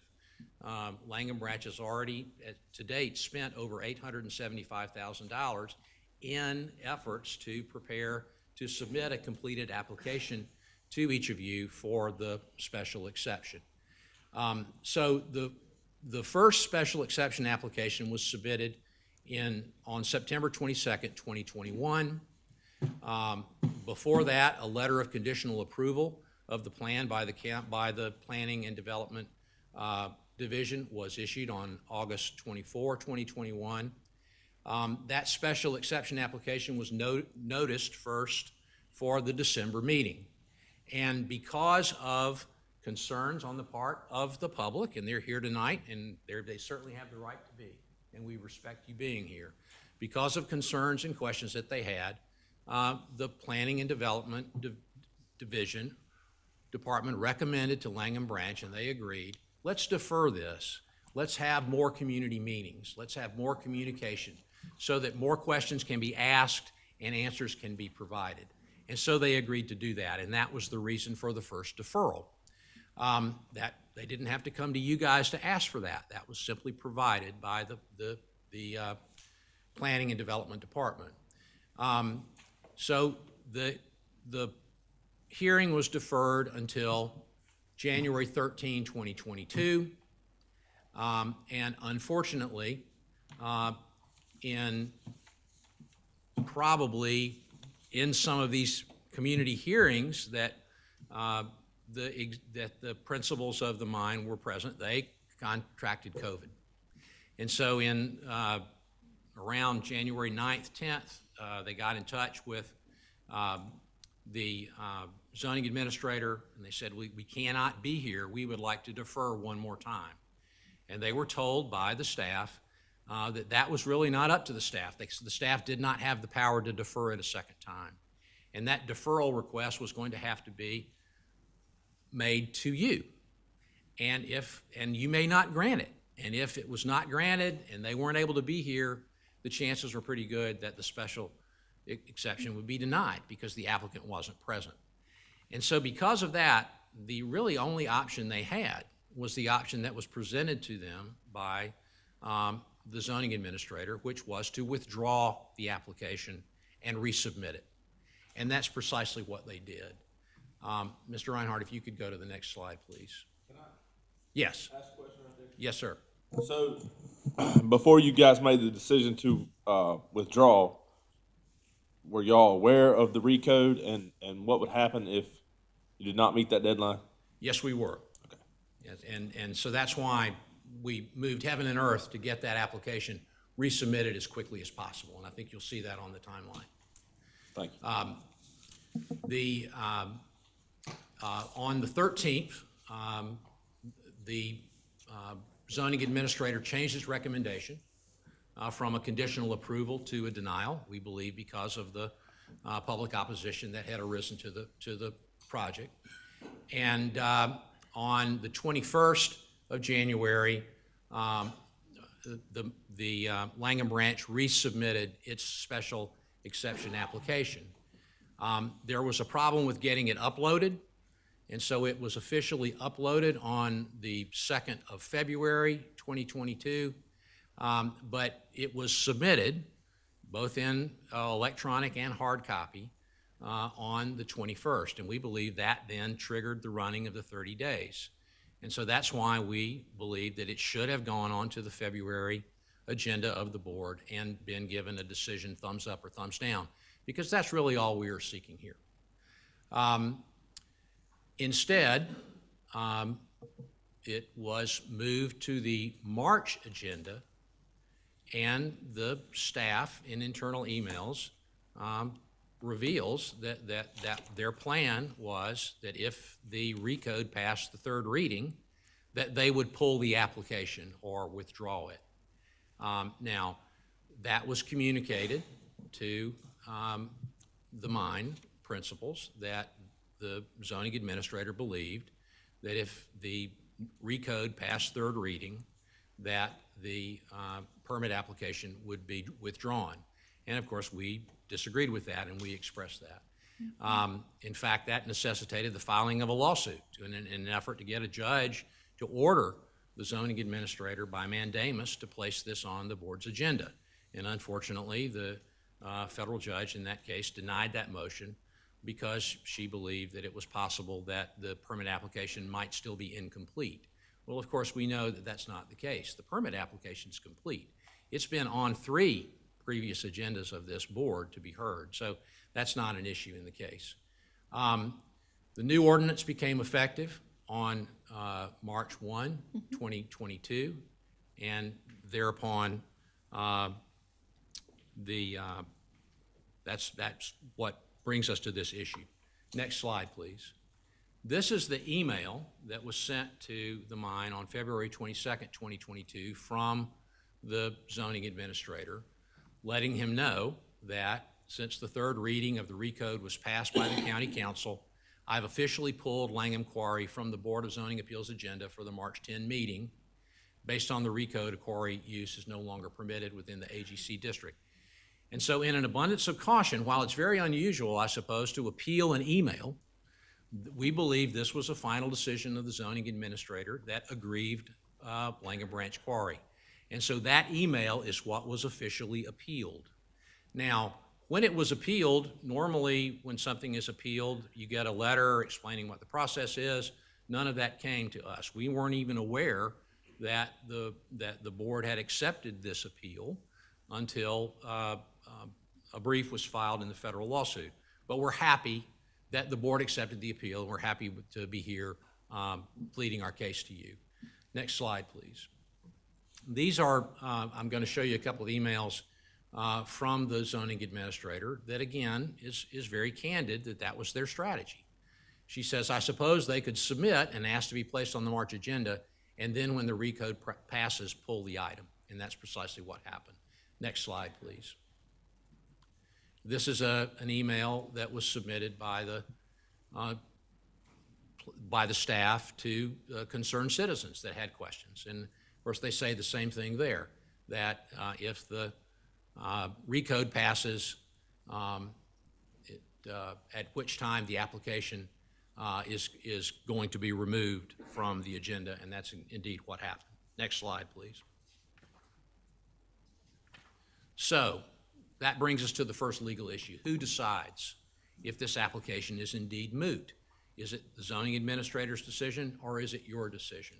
We believe it's your decision. Next slide, please. And these are the code sections that basically we're relying on in advocating that it is your decision. You have the power to permit uses by special exception subject to the terms and conditions set forth in the zoning ordinance. Next slide, please. And the 2018 Comprehensive Planning Guide for Local Governments also states that. Next slide, please. As you can see, this is from that booklet. It says the Board of Appeals has the exclusive power to permit uses by special exception subject to the standards and conditions in the zoning ordinance. And it doesn't say that the zoning administrator has the authority to withdraw an application if she believes that it is moot. Next slide, please.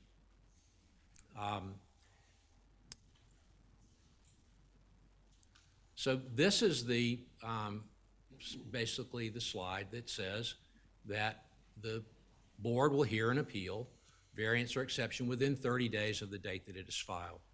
And again, this was, when it was withdrawn and refiled, there was time for this board to hear this in February before the recode passed. Next slide, please. Again, in 155.1064, which is the old version of the ordinance, it also makes it clear that the board will hear a special exception request within 30 days of the date the application is deemed complete. And I don't think there's any dispute that the application that was submitted on January 21st was deemed complete. Next slide, please. In fact, those are the 3 dates when it actually was deemed complete. On December 9, again on January 13, and again for the March 10 hearing, where it was then deemed moot by the zoning administrator. Next slide. Can I ask you a question there? Yes, sir. We're covering a lot of territory. Yes, we are. And a lot of, looking at it from a lot of different angles.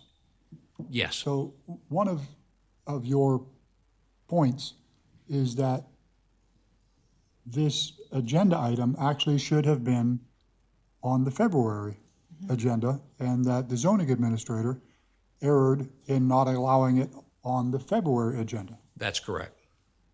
So in relation to that, you had submitted this application 3 times.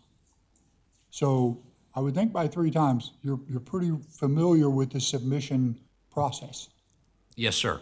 And in your application, there is actually a statement here that says that the plain text of section 155-592E does not contain language or provide discretion to members of the council or employees of York County Planning Services Department to determine whether a properly submitted and timely special exception application should be placed on the agenda. Well, if that isn't up to the zoning administrator, who would it be up to? Well, we believe it's up to you. Well, if you believe that, then every application that is filled out would have to come to this board, and then we would have to determine if it was appropriate for us to ever even hear it to begin with. So if someone came and said, I'd like to put a gas station on this residential property, they could just fill out a variance, even though the variance has no application to it whatsoever, and bring it to us, and we would have to say, no, this isn't actually correct. It would be an unworkable system. Well, we believe that's what the code requires. We believe that the zoning administrator makes a recommendation to the board, but the decision as to what ordinance should apply and whether or not our application was mooted by the recode, frankly, that is not the zoning administrator's decision. That's your decision to make, because that, in effect, decides the permit. If you decide that it's the recode that applies and not the old ordinance, then you need to rule that, and then we'll appeal that to the circuit court so that we can get our appropriate administrative review. So a question that kind of touches on 2 points, not only who is appropriate, but when is the appropriate date. So you had submitted this application 3 times, and you're familiar with the process. Yes, sir. So there's another section, 155-592E, that says the ZBA will hear a special exception request within 30 days of the date it is filed, and then it defines it by saying the date filed is the submittal deadline date. So the January request, you withdrew, I believe, on the 11th. It says here the 13th. That's correct. But it was 10 days later before you submitted again. You would have known, because of your previous experience with submitting both the December agenda item and the January agenda item, that there is a submittal date. And generally that submittal date is the first of the previous month. So by the time you decided to withdraw the January agenda item, you would have had to know you can't make it because the deadline for February is already passed. Well, what the ordinance says is this board has to have a hearing on an application for special exception within 30 days of the application being made, being deemed complete. It Actually, was no. made on January 21st. That's It was not actually what it says. resubmitted, and it was It says- no different. I'm quoting state law here, and it says the date filed is the submittal deadline date. Well, in the facts of this case are that the date that it was filed was the date that it was submitted, resubmitted to the zoning administrator. And that date was January 21. But the submittal date was far previous to that, probably January 2nd or 3rd, I would assume. That's the submittal deadline date. And that's what it says here. The date filed is the submittal deadline date. So since you filed after that, it has to go to the next month, which is the February submittal for the March hearing. Mr. Blair, I understand your point. We respectfully disagree with that. We believe that the submittal date is the actual submittal date that the application But you're was telling me, submitted. you're telling me you disagree with it. I'm just reading you state law. I mean, I'm not reading you my opinion. I'm quoting you state law. And you can't just say I disagree with it. We all live by the law. Well, I don't have that in front of me. I'd respectfully request the opportunity to take a look at it and analyze it, but my understanding is that the submittal date was the date that it was submitted to the board, or submitted to the zoning administrator.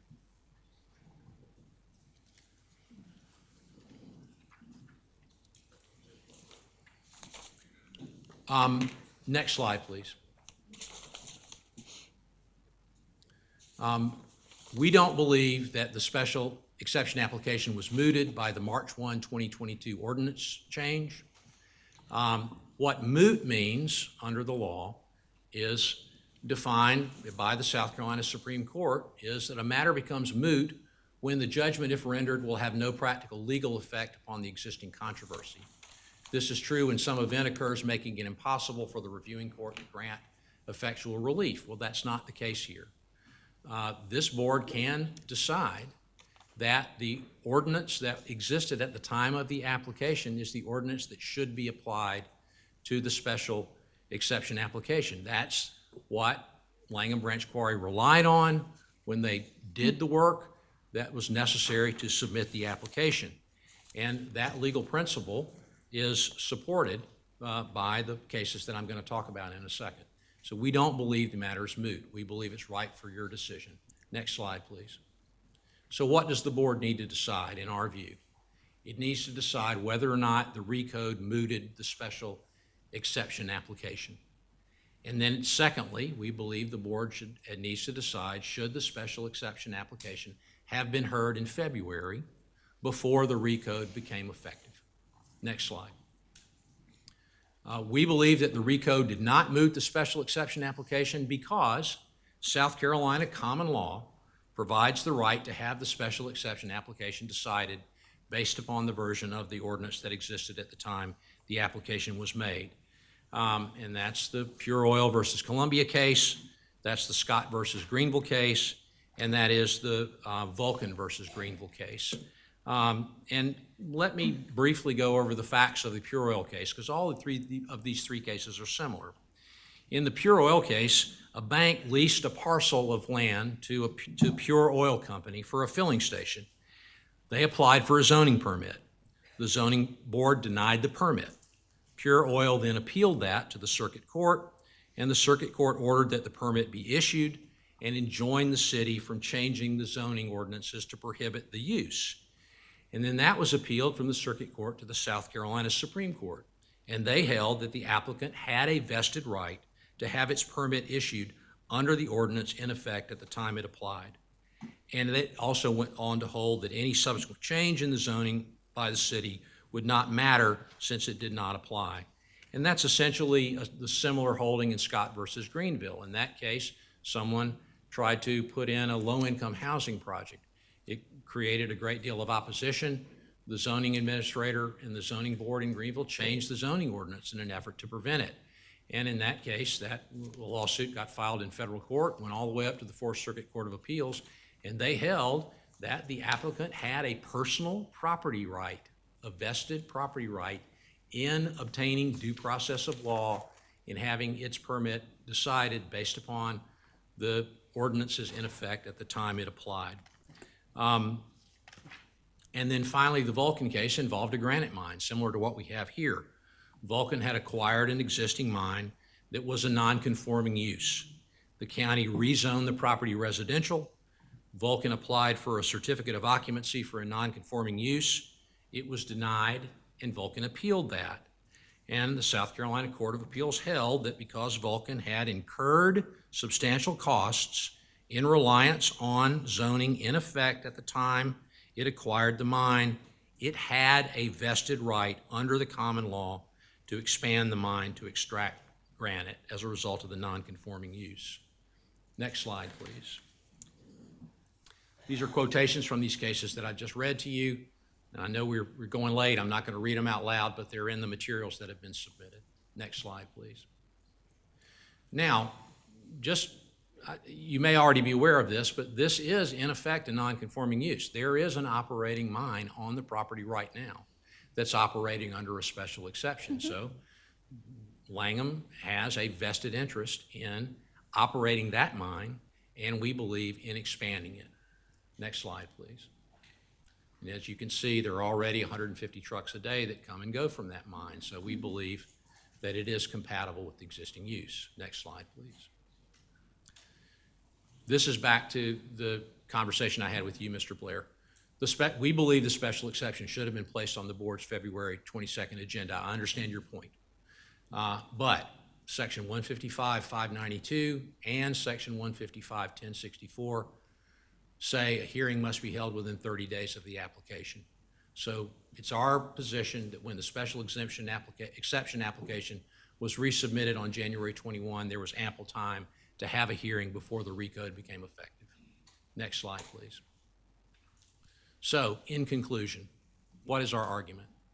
We believe that due process necessitates an up or down vote by the board on the special exception application because you're the only entity that has the authority to make such a decision. We believe that you have the authority to decide which version of this ordinance should apply, the old one or the new one. And that's not the zoning administrator's call. She can make a recommendation to you, but it's ultimately your decision.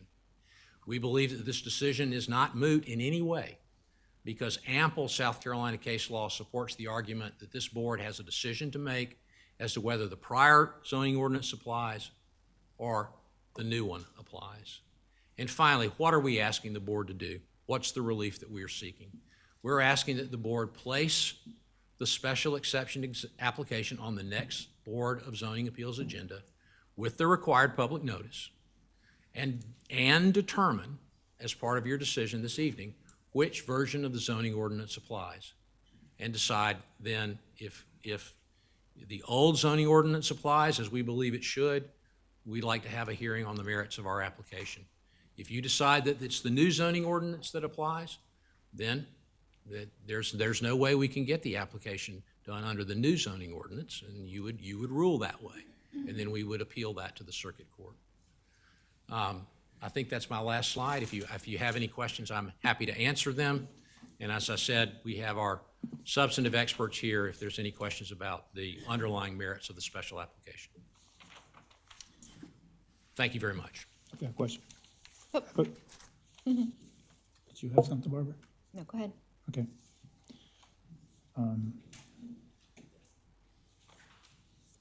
So on January 11th, it says that you formally withdrew your application. That's correct. And you were left with that recourse. But it was because our presenters had COVID. How many people? And it was resubmitted it was withdrawn with the understanding that it would be immediately resubmitted, which is what happened. How many people had COVID? 2. You got like 15 people over there. Was not a person qualified to come and ask for a deferral? Well, they were the primary presenters. They're the principals who own the operation, and they're essential to making a presentation to the board, and we want to put our best foot forward. I have a question. Oh.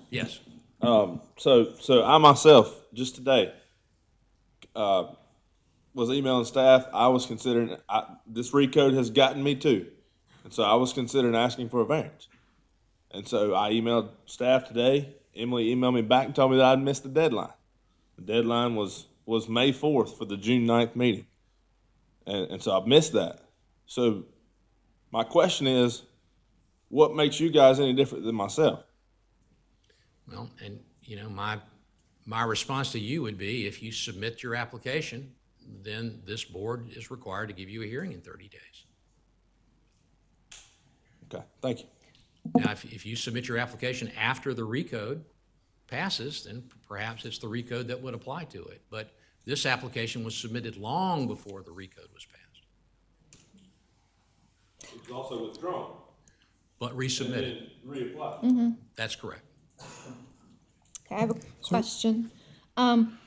Twice, there were two separate memos, one on January 26th, one on January 28th, which the zoning administrator reminded you as the applicant that if there were possible changes in the if the recode was passed, then, you know, there were going to be possible changes in how this was processed.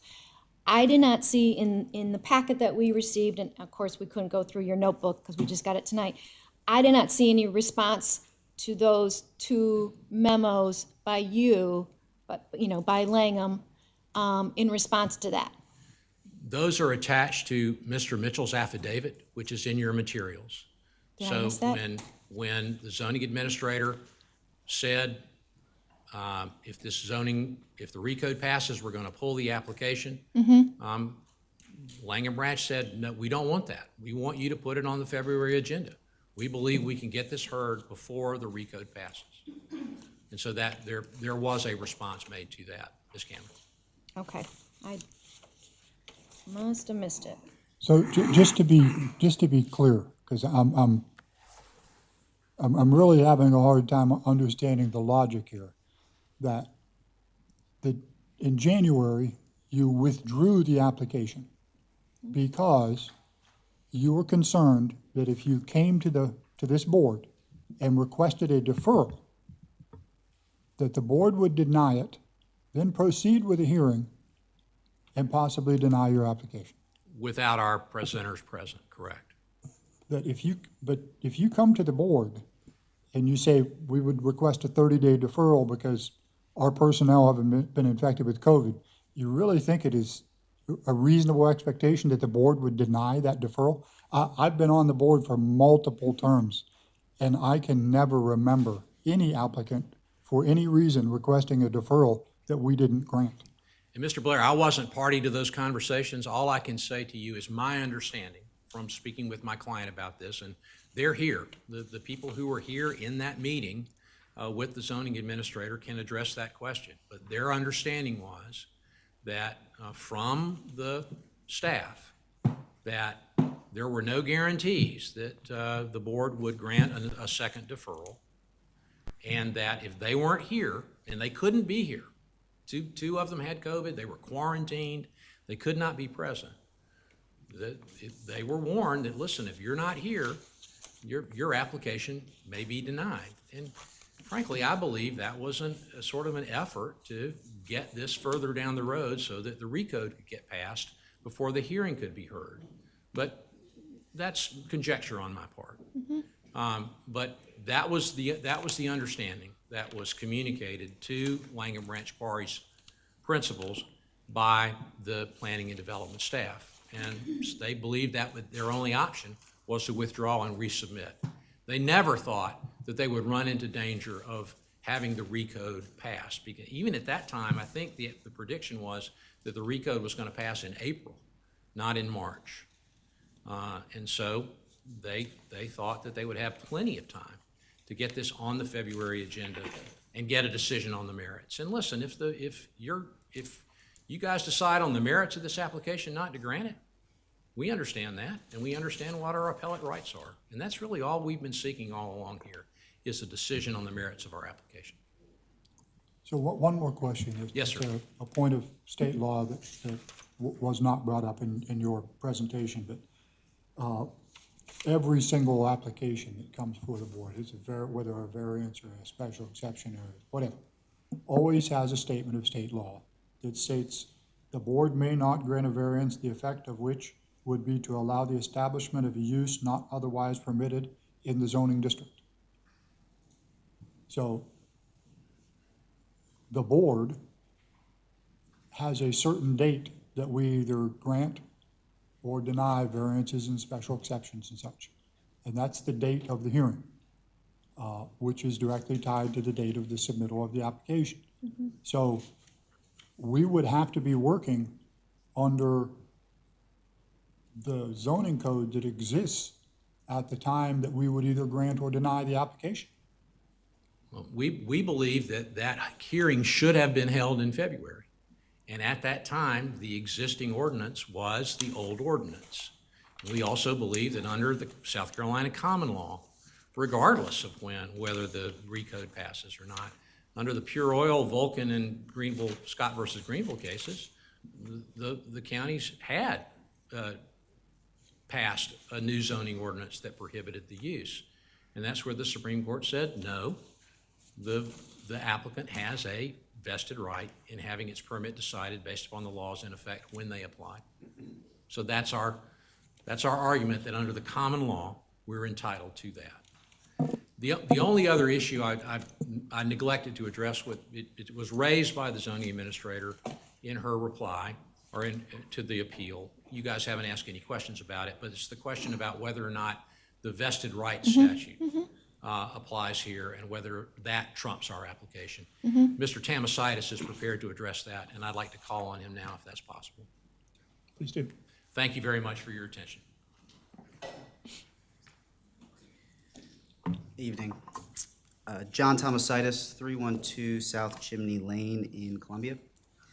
And I also represent Langham Branch Creek Quarry. And on the vested rights statute, before I begin with that, there's been issues discussed about state law versus ordinances and the local ordinances. And when we're dealing with the Vested Rights Act, there is a state law Vested Rights Act, which was passed in 2004, directing local entities, municipalities, and counties to provide for that relief to the property owners. And I want to be clear that the Vested Rights Act was initiated by the General Assembly to protect the property owners. It is not supposed to be used as a shield by the municipalities. In the staff's response, which we saw for the first time last week, as Mr. Willis said, we did not receive the standard letter of this is a final administrative decision, so this was the administrative decision we're operating under. They brought up the Vested Rights Act for the first time, and it states here that it is important to note that the applicant does not have any vested rights and has not secured the right to be heard under the previous code. The 2004 Vested Rights Act deems a use vested at which point the government has approved any rezoning, variance, special exception, or other site-specific plan for development. Mere application submittal does not vest a proposed project and is subject to any amendments to the code. Now, the Vested Rights Act of 2004, which is adopted in the General Assembly, and the one that's been adopted in the ordinance here in York County, has the same definition for a vested right, and that is the right to undertake and complete the development of property under the terms and conditions of a site-specific development plan. Nowhere in the South Carolina Code or in the ordinance does it discuss the fact that a site-specific development plan includes a special exception.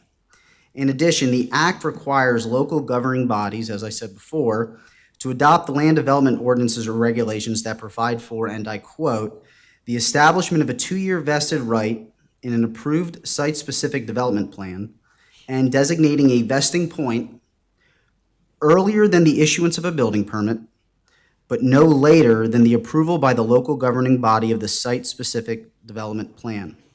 Again, the purpose is to protect the landowner, not the county. Its goal is to affirmatively provide that a change in the zoning does not affect or prevent the development of property subject to an approved site-specific development plan. Indeed, the Act goes on to specifically provide that no changes in zoning made subsequent to the vesting that affect property subject to a vested site-specific development plan, operates to affect, prevent, or delay the development of property. All of this is in the statute and the ordinance. We contend that the statute and the ordinance does not apply to this case. As a matter of fact, the vested rights and the nonconforming use, which has been discussed, is also a common law concept, and the case law from the South Carolina Supreme Court, as well as the district court, the federal district court in South Carolina, has not rendered that common law and said that the Voting Rights Act, the Vested Rights Act, trumps the case law. As a matter of fact, the case law is still good, and there are two cases, the only two cases that have discussed the Vested Rights Act: Wooddale Partnership versus the City of Charleston, which is in the district court, and Dunes West Golf Club versus Town of Mount Pleasant, which was issued by Judge Markley Dennis in Charleston County Circuit Court in 2011. In that case, if you're familiar with it, went all the way up to the Supreme Court and gave a lot of discussion about vested rights and the Due Process Clause in the Constitution. Both cases refer to the common law as an alternative analysis to the Vested Rights Act.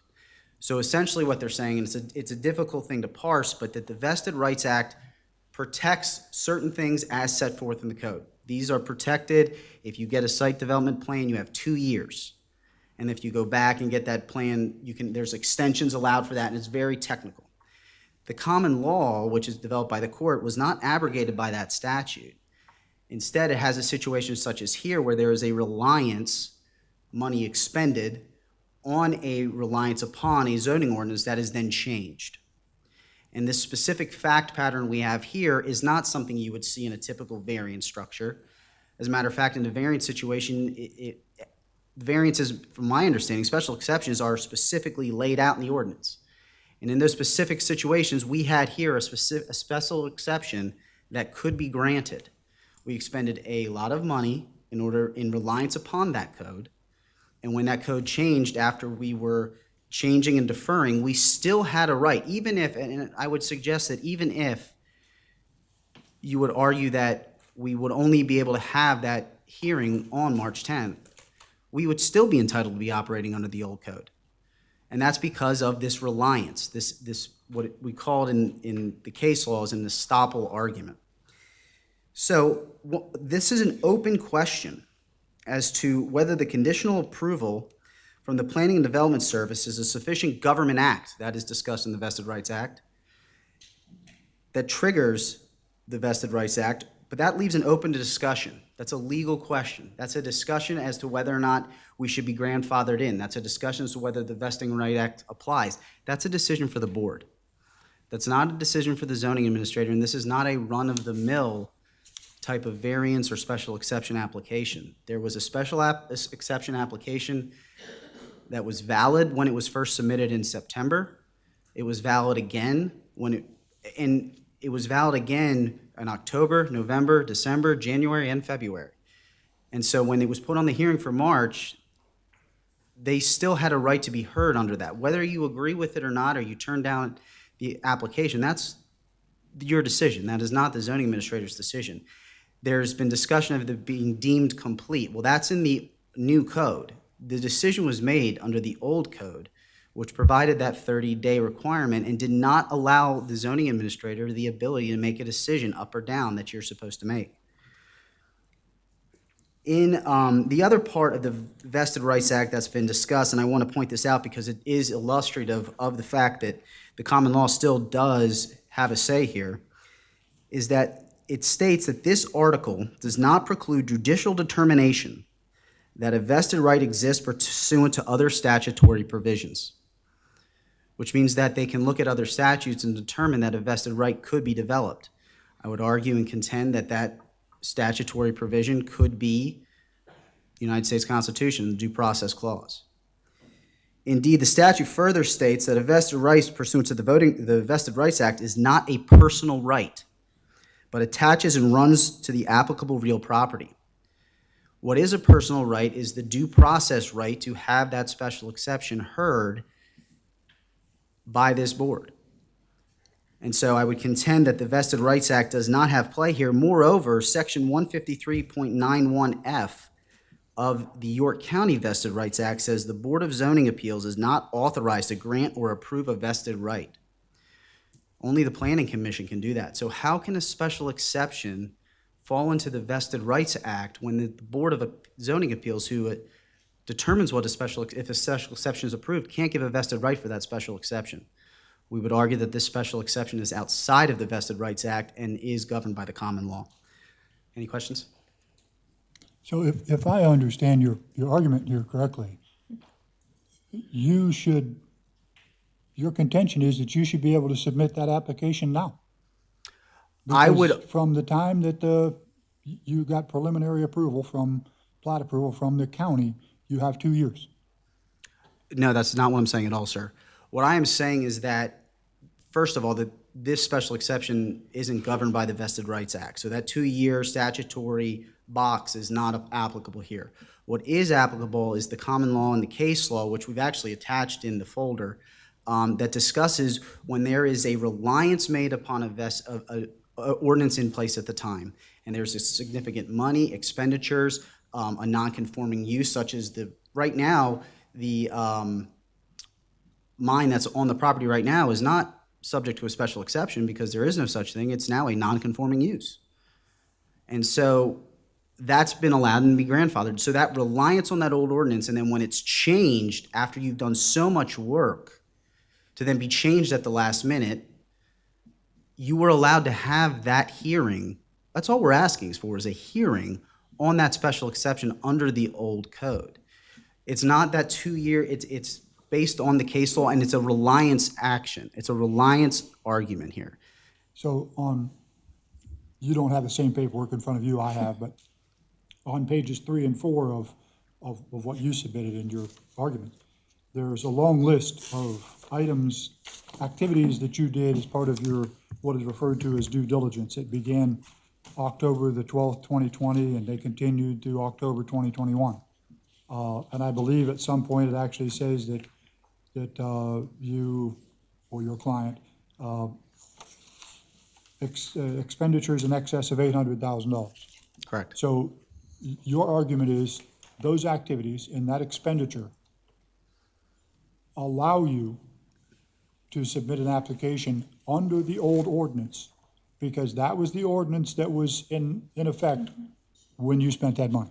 I would contend that that is one of the facts and the factors that, and I don't want to get into litigating that issue because it is, very fact intensive. We can go to when the notice was that we were provided first of the recode. We can discuss how far the recode was down the line because that is a consideration as to how far it is, how far was the county involved in it. To the fact that it's been discussed with the public is one thing. When it starts to a reading is another. And by the time it had already gotten to a reading, I think we were 3 or 4 months into submittal already. We had already submitted the application.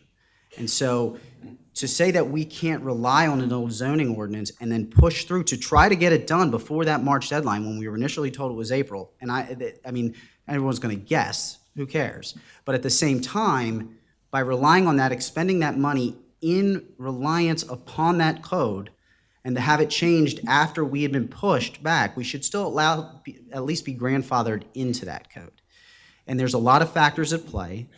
And they are briefed in there. They're the factors that are at play, but it's a whole totality of the circumstances. It's to look at everything and say, yeah, they were pretty much there. They should at least be heard on it. Whether or not it's to be granted is your decision, but it's not the zoning administrator's decision in that close call to make that call. That's for you. That's what they say, why the guys get paid the big bucks. Well, it would seem to me that it's just a reasonable interpretation of whether or not Langham Branch had an adequate amount of time after notification of a possible recode to get an application submitted. And I would contend you that, and it's in the materials and it's been briefed, that by the time they had notice of that the recode was in the process, it wasn't at first reading, it was still in the process, and I don't even believe it, the Planning Commission had made a decision to submit it to the board or to the council until December, or maybe November, December, because there was actually a pushback at some point where they had to push it back a month for consideration. That was November, December. We had already submitted the application in September. And so we were well ahead of that. So I guess my point is not necessarily the amount of time, effort, and money that you already had invested before you were notified of recode, but the amount of time that you had from your notification of recode to get the application done and get the hearing done, get the special exception voted up or down, however it went, before recode happened.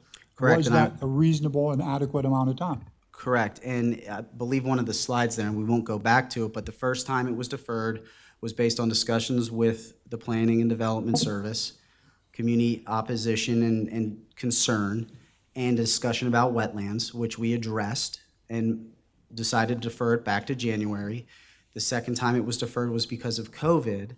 And then the third time, when the application was submitted January 21st, I can go through a timeline here of when we asked, well, why can't this thing be noticed and us get on the February agenda? And we were told essentially, well, it already gone out to the newspaper. We can't notice it in time. Well, it went to the newspaper, I believe, almost 21 days prior to the hearing. And so we would contend that this is just an interesting set of facts, basically the perfect storm to allow for us to make this argument. Is it going to be here for all special exceptions and all variances? No, and that's why this isn't the garden variety. That's why we are here in front of you today, and that's why we've appealed this unique appeal of appealing an email and appealing the fact that our special exception, which had been in the works since October of 2020 when we entered into the purchase agreement and had submitted the special exception application in September, 2 months before it was even considered by the Planning Commission. That's why we're here. I find the argument about the public notice for the January meeting to be a little odd, because when the county places these notices in the newspaper, not that I think anybody reads the newspaper anymore, but it is required. So they place these notices and it says this is the agenda item, there's a public hearing, this is to happen in February. Well, when you place a notice that says something is going to happen in February, and then that thing happens in March, the notice that it was going to happen in February is no longer adequate. You need to place a new notice that it's going to happen in March. So I don't see how the notification that came with a January submittal could be considered adequate for a February submittal. Because it was submitted prior to the 15-day notice deadline. But not by the deadline of the submission date. And that would be, therein lies the rub, is that there is a 30-day deadline for you to hear the application, and there is a submittal deadline date that is decided by the board. They're conflicting. And so the zoning ordinance, it's not state law, it's a zoning ordinance for the county, is conflicting. And in that case, the property owner is the one who should be protected. I mean, that is the general gist of the law for South Carolina, and really throughout the country, is that the property owner, kind of the tie goes to the runner, is that the property owner should be given the deference to at least make their argument. We're not asking here tonight for an approval of the special exception, we're just asking to be heard on it. So explain this conflicting set of dates that you're speaking of. In regard to the submittal and when we hear cases. And when you hear, so if you're submitting a submittal deadline date, does that submittal deadline date change month to month? And if it does, then how does that square up with your your requirement to have a 30-day deadline to hear a special exception? Could you maybe set the submittal deadline date so there's only 28 days? That's the issue. And that's a legal question. That's something for the board to decide, and that's something we've challenged. That's not something for the zoning administrator to decide. And that's the issue here. That this board should determine when that submittal date should be? Or at least hear the arguments, yes, sir. I think as I said to the previous presenter, some of the proposals would be entirely unworkable. Sir, I understand that, and unfortunately, that's the ordinance we're operating under. Granted. Okay. So back to the December deferment, or was it November? Which time was it deferred first? The first time was December. Okay. And that was in order to meet with the public, correct? Correct. When did those meetings take place? I believe it's in the affidavit. You're gonna have to point that out. I got about 400 pages. in I know, front of that's why I'm getting Jack. Jack actually was there for them.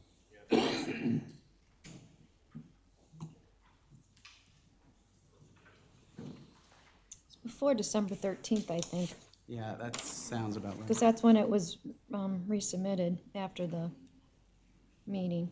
He's got it. It was shortly after the early January, yeah.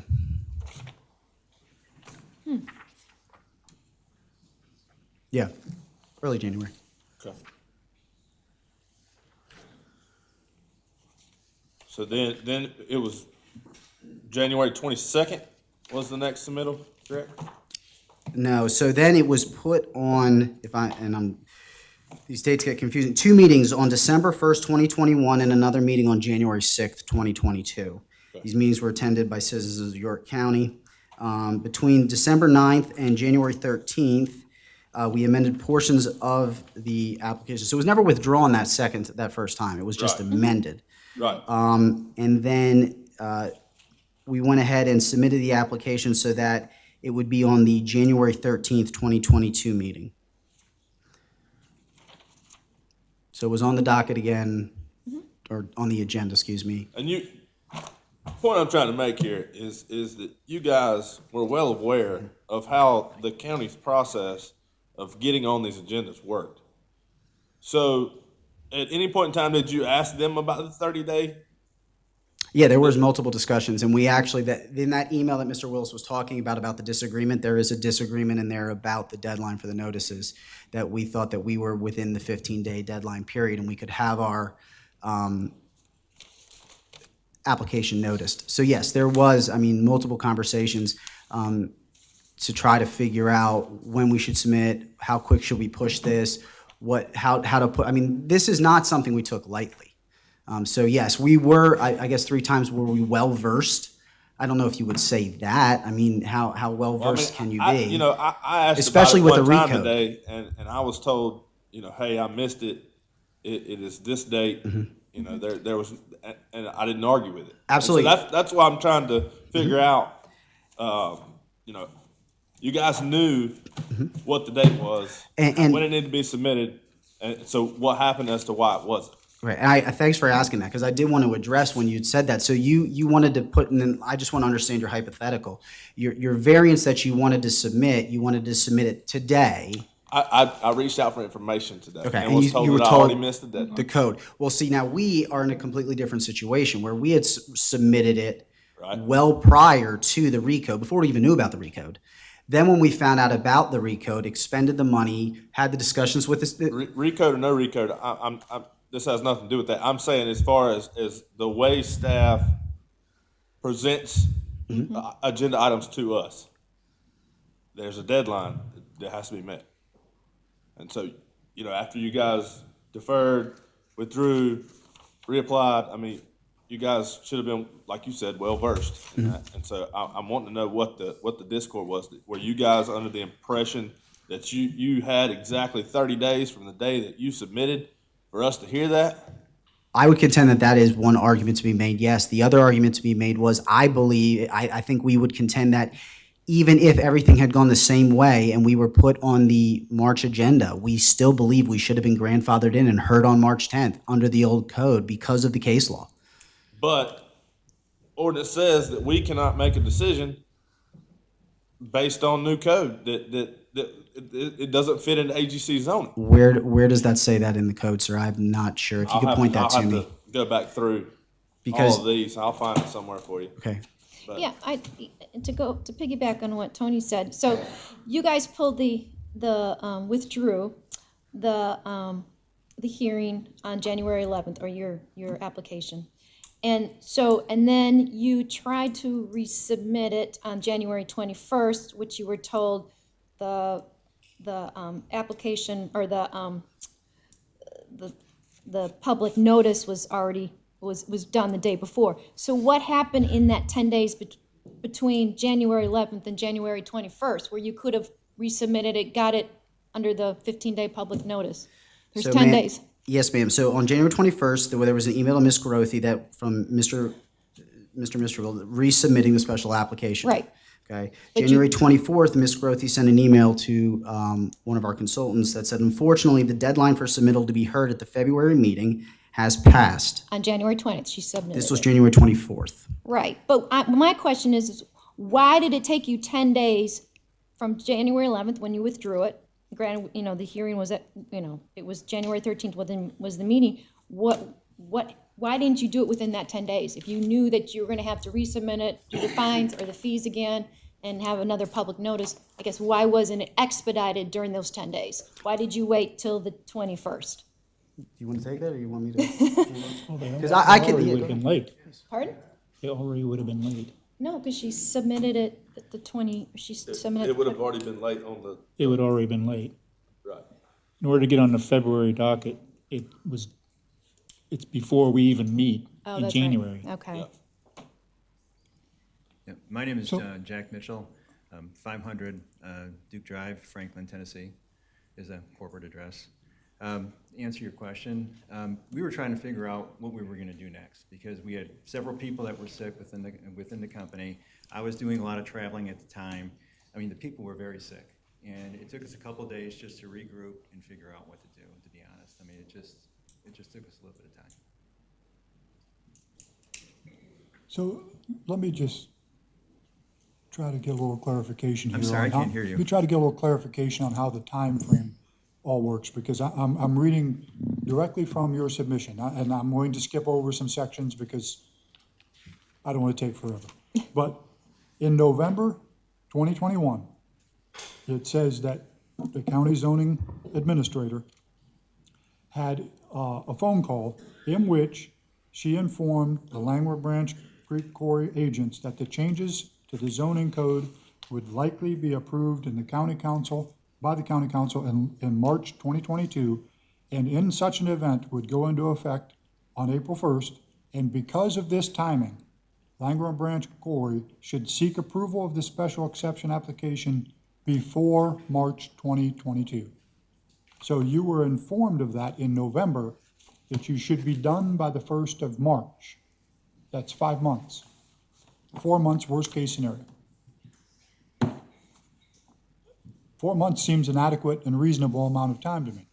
Well, several things happened during the course of that. We were under the impression, from conversations with our consultant and the administrator, zoning administrator, that the third reading was going to be happening towards the end of March and go into effect beginning of May. So that was the first premise that we had that kind of time frame, which is why it was so important for us to get on to the February meeting with the BZA. So But that was the first This is thing. your own documentation that says in November, you were made aware that it would happen in March and be effective the 1st of April. I read Right. from your paperwork, Correct. not from the county's, directly Right. from yours. And I'm confirming that that's correct. And 4 months was not a reasonable amount of time? We were trying within 4 months. The first time that we had deferred, because you had asked before, Mr. Smith, about the deferral.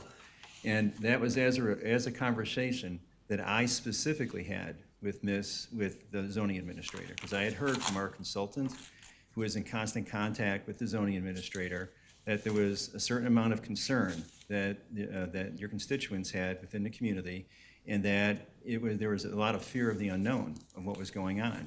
And I personally picked up the phone, called the zoning administrator, and tried to find out, well, what kind of concerns are you hearing? We were just brainstorming about what would be the right thing to do. And she said, well, I think there's so much concern that's out there that there needs to be more information out within the community. And I said, I agree. And then we were looking at, at that time, we were looking at, okay, should we have some kind of a meeting with the community just before Christmas? And then we were hearing about different dates. We were trying to find different venues to have that, and having a lot of challenges. We finally decided the best time to have that community meeting would be in January. So when we had that meeting in January, we actually had 2 different meetings in one day. One meeting that was at about 2 o'clock, I believe, so that way folks that were more concerned about driving at night can then attend an earlier meeting, and then one meeting that was at 6 o'clock that night, so that way people that were at work can be there. We were trying to be as accommodating as we could and tried to have that community meeting So that way we can hear concerns, learn about those concerns, and then make some adaptations if it would seem like it was appropriate to do that. So there was a timing issue on this, that we were trying to do the right thing. We're trying to be the best neighbors that we possibly can. We wanted to hear from people. We wanted to hear about those concerns and address those concerns. So it took some time. Mr. Mitchell, do you Yes, sir. develop rock quarries for a living? I do. Do you not always have to have a community meeting? Is that not always a concern to the community? It just depends. It depends on where we're at. It depends on what we're doing, because like, for example, there's been in some areas where there may not be quite this type of process, for example, in Texas, where you may not be going through the same type of processes that we're doing here. So the answer is no. Are we always doing a community meeting? No. Fair enough.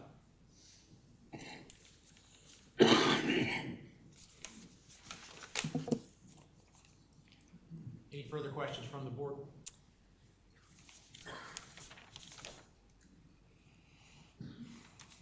If not, thank you. Thank you for your attention. Thank you very much.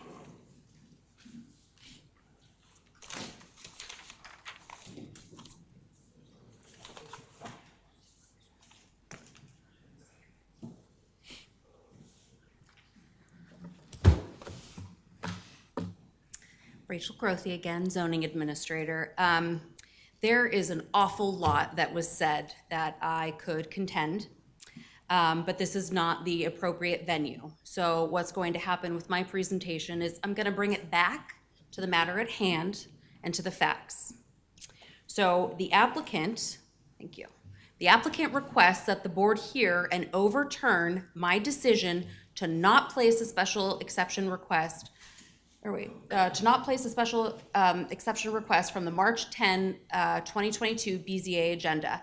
The request was for a proposed quarry on a property in the AGC zone district. So I'm going to go over a few pertinent facts and dates. So on November 18th, 2021, staff had a conference call with the applicant. It was during this call that the applicant requested to defer the January meeting due to strong public opposition. And we supported that. So since the agenda had not been finalized and the project had not been noticed, staff removed it from the tentative agenda. During this call, staff reminded the applicant about the potential adoption of RECODE and how that could change their path for approval. On February 21st, 2022, County Council adopted RECODE, with it going into effect March 1. On February 22nd, staff removed the project from the draft agenda due to a recent zoning code change that made the request no longer permitted in that particular district. As the staff liaison to the board, setting and removing items from the agenda is a routine and benign task that I perform monthly. Prior to March 1, with the RECODE codification, a quarry use was permitted within the AGC zone district by special exception. With the changes adopted by RECODE, a quarry use is no longer permitted in this district. As such, I determined, along with the rest of management and staff, that since the use is no longer permitted, there's nothing for y'all to act on. There's nothing for you to consider. The applicant was advised that since the item was removed from the tentative agenda, that the new process going forward would be to request to rezone the property to rural industrial first, and then they could come before y'all and ask for their special exception. So I want to be very clear here. There is a path forward. There's a path forward right now. And had they submitted for their rezoning, there's a good chance you would be hearing this special exception tonight. There were a couple other things I just wanted to clarify. I'm not going to get into any of the legalese or the legalities or vesting or anything like that. I'll leave that to the attorneys. I have a degree in planning, not in law. What I will say is that we could not defer the January meeting because the project had already been noticed.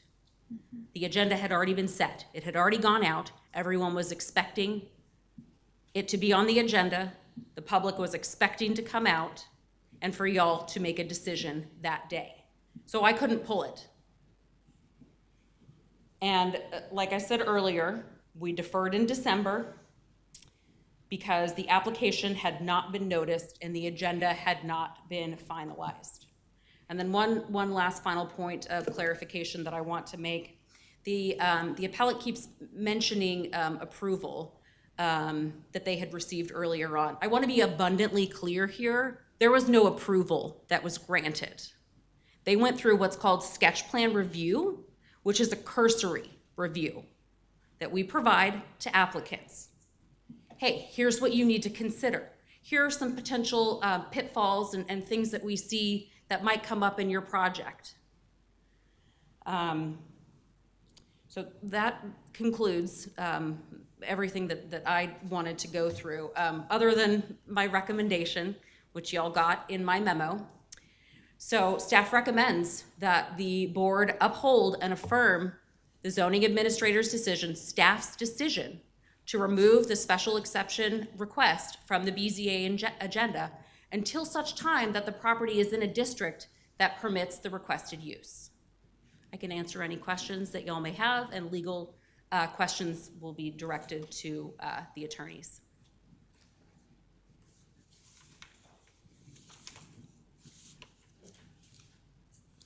So I would like to see someone specifically from the county's point of view address this vesting issue, but I don't know if you're the appropriate person to do that, or if there's someone that the county has designated later that's going to address that.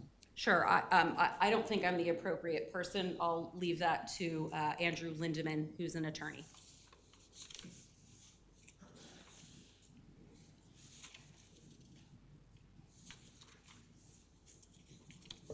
Okay, thank y'all.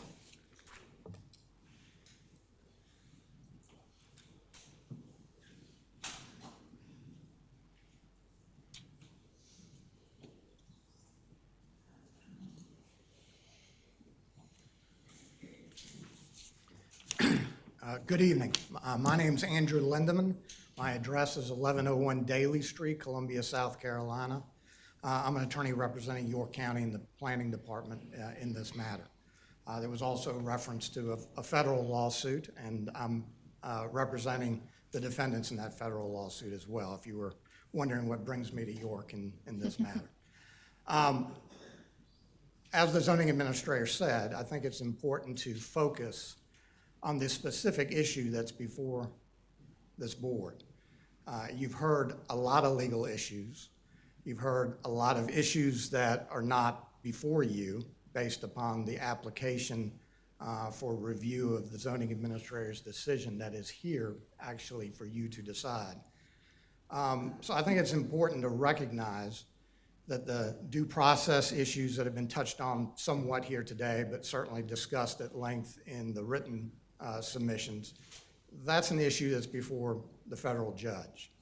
And I know the applicant in this particular case is not happy with the federal judge's initial decision. She denied a temporary injunction where they asked for her to actually order this board to hear the special exception application, and she denied that. That case is still ongoing. That's the only issue that has been decided so far in that case. But that's where constitutional issues are to be decided. They're not to be decided, with all due respect, by the Board of Zoning Appeals. In fact, there's South Carolina appellate decisions that say the administrative law court, even though that's made up of judges who are lawyers, cannot hear constitutional questions. So it does require the judiciary to hear those types of issues. So I do want to make that point. There was also a number of accusations regarding the zoning administrator suggesting bias and some sort of improper approach. And I know she held off on addressing those specific issues, and I'm glad she did, because that's not before this board. Quite frankly, They are very strongly disputed, as I'm sure you can imagine. The evidence that has been put before this board, an example being the paragraph 23 of the affidavit of Mr. Mitchell that Mr. Blair already has cited to, goes to show that there was fair dealing in all this. And that's the paragraph that Mr. Blair read a few moments ago, which I think is very important, and I do want to reiterate, because that is Mr. Mitchell's own words. That's his sworn testimony. And he indicated that without being questioned, the zoning administrator pointed out to the applicant back on November 18th, 2021, to make sure they were aware of the recode was going on. Of course, as I understand it, anybody in York County who didn't know that the recode was going on wasn't paying attention because it's been going on for quite some time. But bottom line, pointed that out to him to make certain that he was aware that there was a very good chance, as the zoning administrator just indicated, that the path forward for approval for this project may change. And that was back in November of 2021, and gave the warning that that could take place sometime in the spring.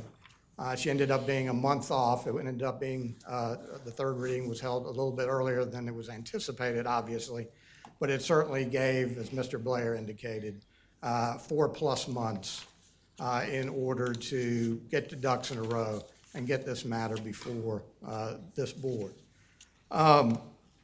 So again, I want to focus on the issue that is actually at hand, and you've heard a lot of extraneous information. You've heard a lot of legal arguments, but the issue that's before this board is whether or not the zoning administrator has the authority in order to remove an item from not even a set agenda, from a draft agenda for this board's consideration.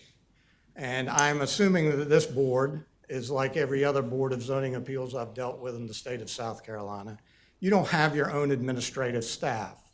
The way this works, and you are not alone, is that the county planning staff provides the administrative support. And that's not wrong. That's absolutely proper. And in fact, if you look at the ordinances, whether you choose the recode or the previous ordinance, the authority of the zoning administrator is to serve as an administrator for purposes of administrating the zoning ordinances and enforcing the zoning ordinances. And so the role that the zoning administrator took that is being challenged here today, and that is the issue, the sole issue that's before you, was supported both by the ordinances and by practice, as far as I know, throughout the state. Someone has to provide that type of an administrative role for the Board of Zoning Appeals, and that falls on the zoning administrator. And so the question is whether or not that was within her authority, and I would submit to you that it absolutely is. Now, if you want to get farther into the weeds of this argument, there is an issue, obviously, because of the change in the law, the change in the ordinances that took place during this period of time. There are certain questions that are probably not necessary for this board to decide, but have been touched on here today in quite some detail. One of those is the reliance on the time of application rule, so to speak, under the Pure Oil case that was cited by Mr. Willis to you. And that is first of all, that's a 1970s case. It's a case, as you heard from opposing counsel, it's based on the common law. It's not based on statutory law. It's based on the common law. And in 1970, the Vested Rights Act had not been passed. In fact, it did not get passed until 2004 to go into effect 2005. You will note that all three cases that they rely on, the Pure Oil case, the Scott case, which is a federal case and not a South Carolina state appellate decision, and the Vulcan Materials case, they all predate the Vested Rights Act. There is a legitimate question, I would submit, as to whether the Vested Rights Act as statutory law actually abrogates the common law. And I don't want to get into the legal weeds. I'm trying to avoid it as much as possible, but it is very common that when the legislature legislates on an issue and there's a conflict with the common law is abrogated. To give you a perfect example, and this is, I do a lot of governmental defense work, so you have to excuse me for this. Prior to 1986, the common law had a provision or recognized a provision called sovereign immunity, where you couldn't sue the government. And there were some exceptions that had been carved out by statute, but you couldn't sue the government. Well, in 1986, the South Carolina Supreme Court decided, hey, government should be able to be sued just like everybody else. So they abrogated sovereign immunity. It ended up being reinstated in part by the General Assembly, but that's my point. It was the common law was abrogated, and it was replaced by statutory law. And I would submit that that is what has happened with the Vested Rights Act. But the bottom line is, they haven't qualified under the Vested Rights Act, and they haven't qualified for a vested right under the common law either. But the common law issue should be looked at very, very suspiciously, I guess, because given the age of the case law and the fact that it predates the Vested Rights Act. I do want to make one additional point. Opposing counsel pointed out to, I'm sorry, I've got it here somewhere, pointed out to a provision of the Vested Rights Act, and he didn't give citations, but I'm pretty sure he was referring to 6-29-1550. And it actually says, this article does not preclude judicial determination that a vested right exists pursuant to other statutory provisions. Well, that right there tells me other statutory provisions survive. Didn't say anything about the common law surviving. And he made a reference to the United States Constitution as being a statute. The United States Constitution is not a statute, it's a constitution. But the bottom line is state law can't limit what is protected or actionable under the United States Constitution anyway. So I know that hopefully addresses some of the vested rights issues. I'm happy to answer any questions when the board is ready to ask questions. But I did want to make a couple of other points real quickly. There's been a lot of discussion about the various applications that were submitted, the deferrals, the times for reapplication, all of that. And I think I heard Mr. Willis say that part of their argument here today is that the zoning administrator made an error of law by not allowing the special exception application to be heard in February. I just take exception to that, and you know, the way this process works, it's a zoning board of appeals, so it works like any other appeal, and you establish the basis of your appeal with the application that you file, and hopefully I have it here. But if you look at their application, which I may have left over there, their application actually, the portion that talks about how were you aggrieved, and that response was, I can't quote it verbatim because I somehow don't have it right in front of me, but that provision said they were aggrieved by the failure to put the special exception application on the agenda for the March 2022 meeting of this board. Didn't say anything that they were aggrieved in February. Now, there is a lengthy factual discussion, some of which is accurate, some of which we take exception with, that precedes all that. But that is a question that you ask on the application. How are you specifically aggrieved? And that's the issue that's before this board. And that's the issue that should be decided by this board, not whether it was appropriately handled in February. I'm not suggesting that it wasn't, but obviously what you've heard today, and I'm sorry it's going on 10 o'clock, I believe, but there's been a lot of issues, despite Mr. Hunter's admonition at the beginning, there have been a lot of issues that have been touched on that don't have any bearing whatsoever on the very narrow issue that's before you.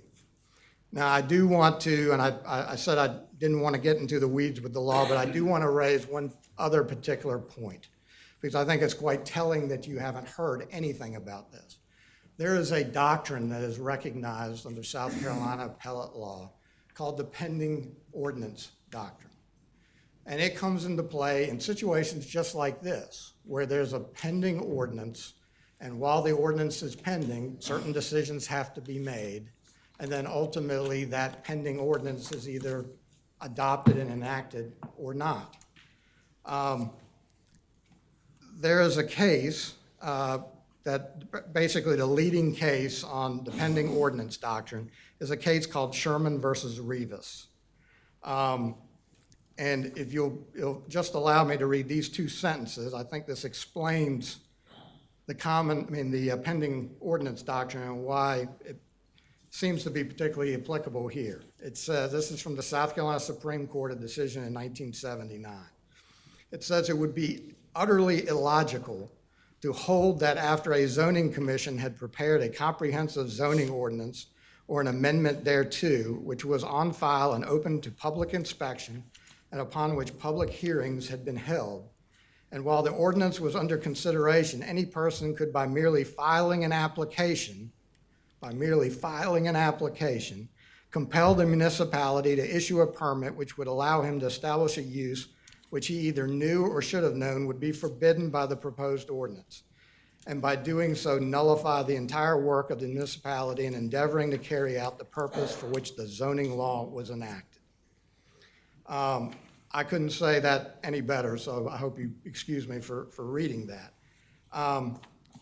Even though there was no mention earlier of the pending ordinance doctrine, there was a comment that was made that it didn't become a pending ordinance, I think was the point one of opposing counsel made, until there was a first reading. And the first reading, of course, didn't happen until December of 2021. But the recode process started in 2019, and there were many public hearings throughout 2020 and also into 2021. There wasn't a planning commission hearing until late 2021, as I understand it, but there were other public hearings that were held. And as I understand it, to the people who would be interested in it, the recode process was not hidden from anybody. It was very well publicized and got a lot of public input. And what's important is in Sherman versus Rivas, they didn't find that it's a pending ordinance at first reading. The Supreme Court said the following. They said an ordinance is legally pending when the governing body has resolved to consider a particular scheme of rezoning and has advertised to the public its intention to hold public hearings on the rezoning. So when that was, it's probably up to debate. There's quite a timeline here, but certainly there'd be arguments that could be made it was in 2020, or certainly by early 2021.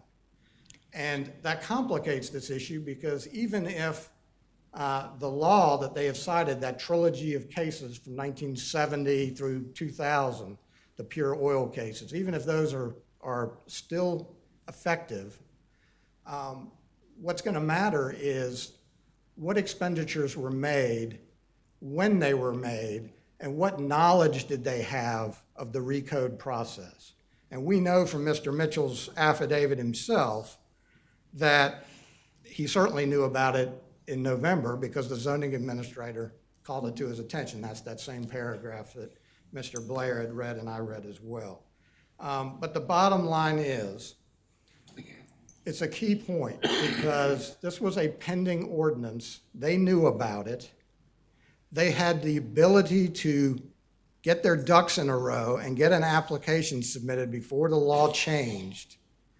And it's now they're pointing the finger at the county. They're pointing the finger at the zoning administrator, suggesting that she had bad motives. Well, what you see in the record before you, and I think you all, a number of you have touched on it with your questions, is that there was an application that was filed in September, and it was deferred, not because the county insisted on it being deferred or that the county deferred it, not that the county has that authority, but because they chose to defer it. And then there were changes made, and there was a new application that was submitted. In fact, that's a very key point, I think. That makes it sound like there've been 3 applications and they're all the same. Well, they're not all the same. There were some modifications as I understand it. But the next application was ripe for a hearing before this board on January 13th. And they have an excuse that they had 2 people who were not able to be here because of COVID. Of course, how many people have you heard from today? You've heard from 2 lawyers and Mr. Mitchell. We haven't heard that Mr. Mitchell was one of the people with COVID, but even if he wasn't, they had the ability to present this case to this board.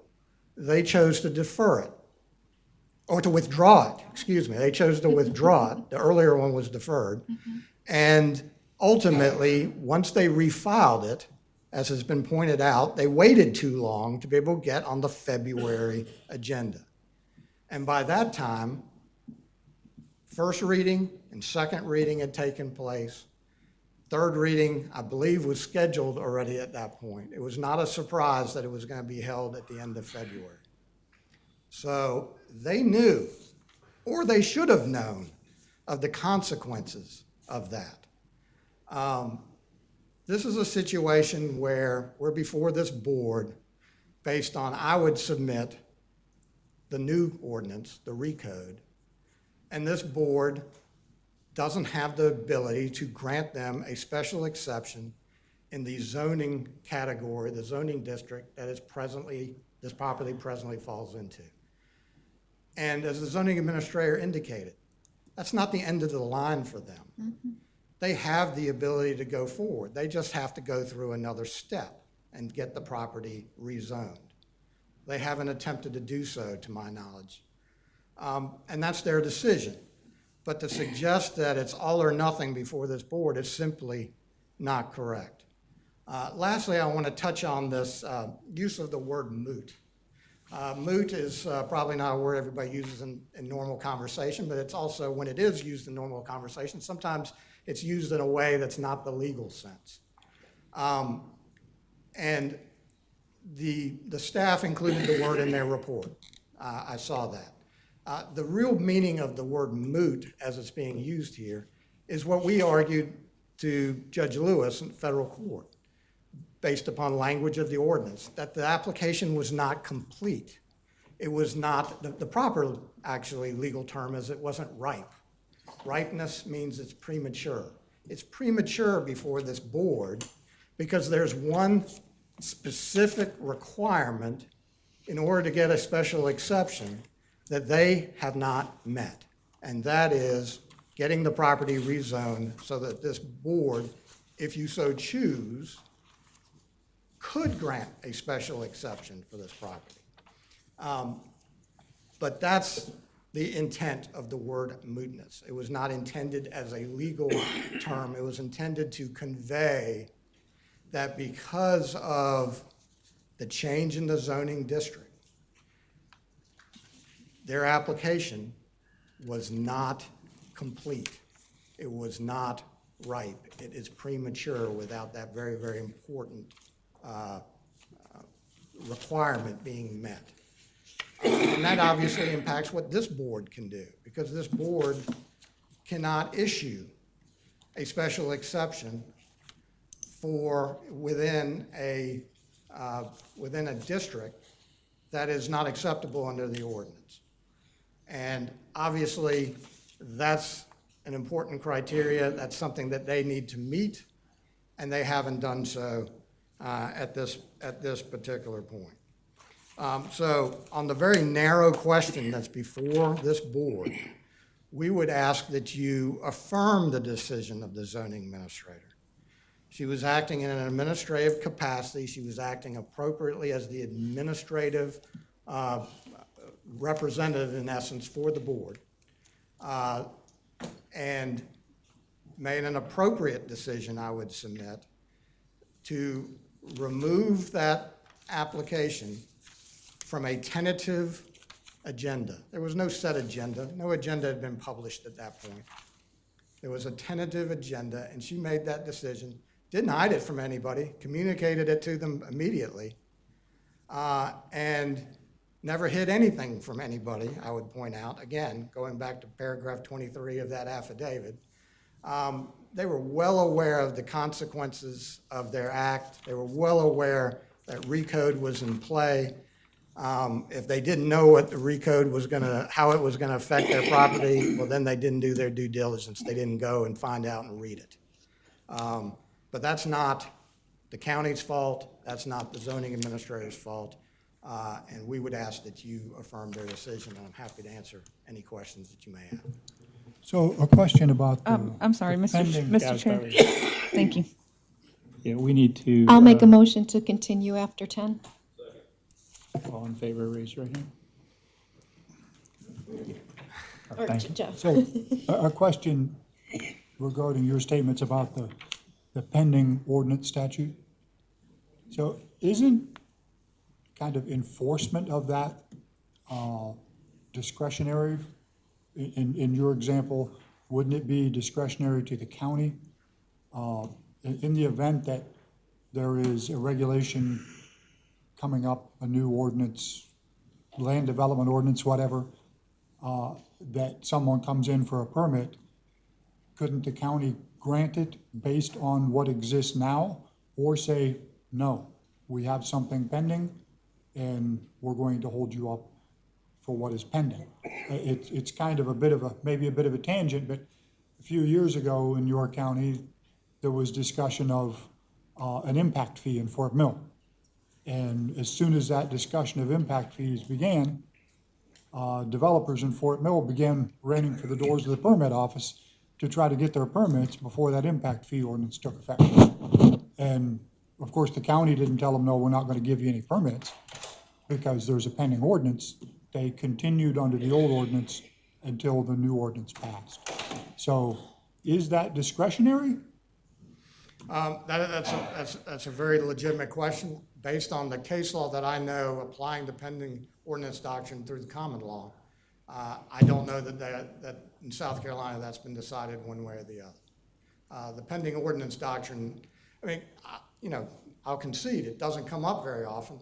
I mean, it comes up in a situation like this where there's a substantial change in the ordinances, and particularly where it's been at play for a long time, such as here.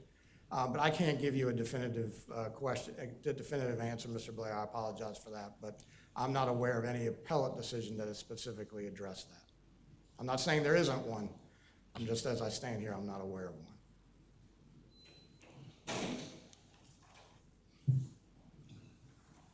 If there are no further questions, I thank you very much for your time. Thank you. Very.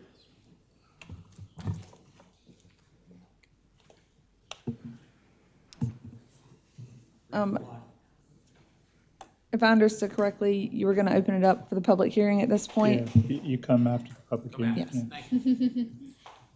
Do we want to maybe take a 5-minute recess before we do that? Or do you want to keep going? I'm good. Keep going. Yeah. Going? Okay. All right, at this time, we'll open this up to the public. Again, I emphasize the guardrails.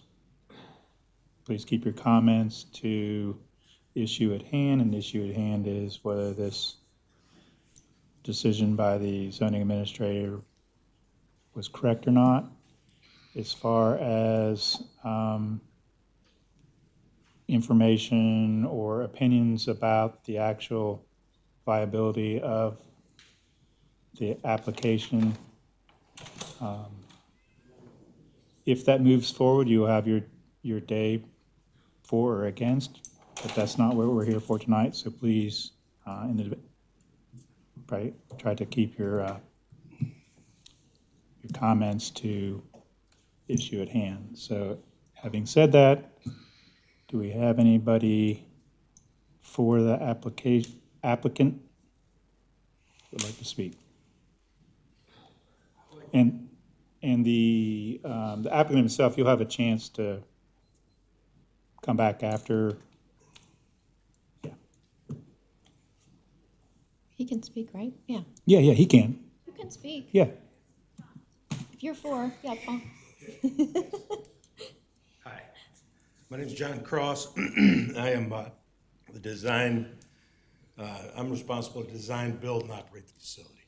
So my firm basically is the company responsible for pretty much everything to keep all of the, to make the application happen and keep all the promises. So I believe that my testimony that would have been very critical, and I was one of the folks that contracted COVID. I did go to Walgreens and get a test. That happened on... Can you state your address, please? Oh, I'm sorry. I'm at 8144 Park Place Road, York, South Carolina. So what I was getting to is that I believe I'm like one of the keynote speakers in this process. I was unable to make it because of the COVID. We had our meeting, the public meeting that Thursday, and I felt on my way home, I started feeling bad the next day, and so I exposed the entire team. So it wasn't just me. That the other folks might not have gotten sick, or they might have got tested, but there's some quarantine period that you have to, that you're supposed to live by after you expose people. And Doug and I, which Doug's my right-hand guy, and internally he pretty much runs the process for me. So we're both, I believe, very critical people in this process. And neither one of us were able to attend, and we both exposed, we were all together in a meeting just before this hearing that was coming up. I did ask about deferring, and I was told that the opposite of what, you made it sound like it'd be pretty egregious for you to deny a deferral based on people getting COVID and trying to protect other people. But actually, that's exactly what I was told, is that you might not grant that deferral. So that was one of the things that led into the decision to pull. I don't believe that we changed the application at all. I think, it just got resubmitted. And yeah, we got tied up in some dates there, but that was how that happened. I know you asked about the COVID, so I thought it cleared up for you. Thank you. And again, your role in the project is? So my company is Turnkey Processing Solutions. So we, like I said, we design and build and operate the facility. So all the employees, all the design of the facility, the entire operation will be run by my people. I have one question. It's been stated several times that you all were advised that you may not have been given a deferral. But with the amount of time, effort, and I would imagine you've put a lot of money into getting to this point. Why take the chance and not just send someone just to say, our key stakeholders are ill and we would like to ask that we get a deferral because they can't come speak, and just, if I had this much vested in it and that short runway and knowing that the recode is lingering out there, wouldn't I have just sent someone to ask for the deferral? Yeah, I was in pretty bad shape at that time. I was, trying to recover. So I might have missed an opportunity there. I really don't know. I was having some discussions with the team.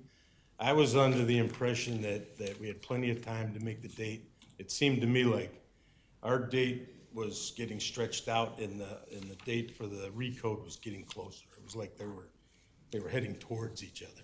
So we at least my perception is that we had plenty of time. Thank you. We're glad you're well. Thank you. Mr. Williams, I can try to address your question. We were told by the staff to a Mr. Muncie, who's one of our consultants, that under no uncertain terms, a second deferral would not be given. That's one of the decisions that we made to then withdraw completely. So that's what led to that decision. We still thought we had plenty of time because we were also being told that the third reading was the critical reading and that was going to be held at towards the end of March and then the new code or the recode would be effective April 1st. So we still thought that we had plenty of time. That's the first thing. The second thing, as far as submitting that application, then it was on January 21st, which is a Friday. We still felt that we were told that we had there was 15 days that you needed before notifications went into the paper.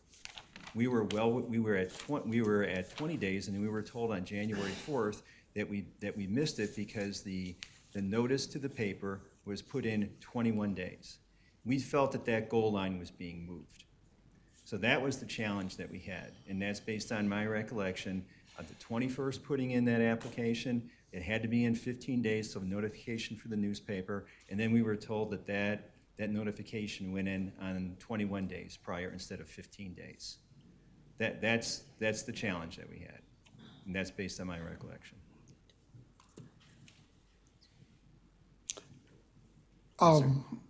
Since you're there, this question I've just thought of this question. Yes, sir. So when you were advised of the alternate path forward, we were told tonight that there's been no effort made to take that alternate path. Is there a reason why?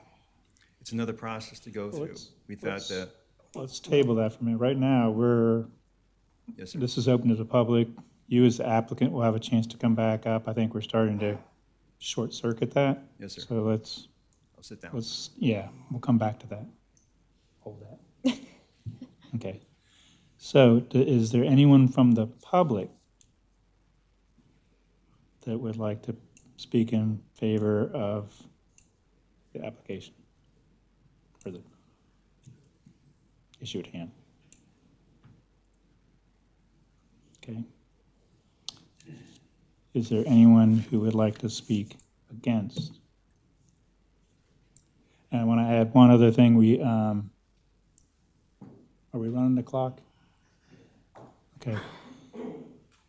So we have, you're giving, hold on a second. So you're giving is it 5 minutes? 5 minutes. That'll be good. I'm Okay. not gonna be long. I don't know how y'all stay up this late. It's past my bedtime, so. Excuse me. My name is Laddie Parrish, and I live at 3116 McFarland Road, and I am speaking for the Protect Fishing Creek Group. We are a group of concerned York County citizens admittedly opposed to the quarry, and the members can be identified by wearing of red and raising their hands. So we have concerns as it relates to the administrative appeal being considered tonight. And y'all have heard it, so I'm not going to go all the way through it. But basically, they knew about it in November. They knew about the recode in November. They knew there was 3 readings, there were 3 public hearings, and before it was passed, and I was at some of them. I never saw anybody. They never came and spoke about their concerns with the recode. So then, they deferred their application in December. Then the quarry formally withdrew their application in January, and then they resubmitted it back in January, and all the notices have been out, and the quarry contact was notified via email that if the 3rd reading passed on February 21st, that the special exception application would be removed from the March 10th BZA meeting. So they knew these things. They knew it. So in conclusion, I don't want to keep us long because it's getting late. In conclusion, the quarry was given multiple opportunities to be heard under the previous zoning regulations. They deferred. They withdrew. They also had multiple opportunities to voice their concerns at the York County Council meeting, and having had knowledge of the recode, even before the first public hearing. They knew about it. And secondly, and most importantly, I urge the board to consider the precedents that this will set for future regulation change, or anything the county council adopts with an effective date. This will open the door for others to choose what regulations benefit them and seek legal action for that support, costing York County valuable resources in time and money. And thank you very much. Yes, sir.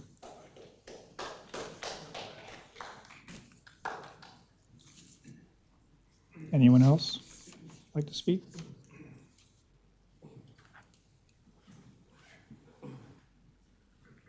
My name is Richard Charest. I live at 683 Carson Road in York, and I will be brief because I know it's late. I just want to make a couple of points. I noticed that it was brought up that although they say they put the application in on January 21st, the law says that when it's submitted, the record date is the first of the following month, of the next month. So all the stuff about January 21st being their application date is not really relevant because it should be the 1st of February, which would then push it to the March hearing. Secondly, I just wanted to mention that their deferral of attending the meeting when it was brought up because of COVID, well, with the plethora of lawyers that they have and other people in this business, there could have been somebody to come to that meeting. After all, when you have a football game and the quarterback gets knocked out, it's next man up. Well, they had plenty of next men to come on up and present their case. So, I urge you, and I support what the zoning board administrator has done, and I think she was very proper in her duties and what she did. So I urge you to make the correct decision supporting the citizens of York. Thank you. Thank you. Anyone else like to speak?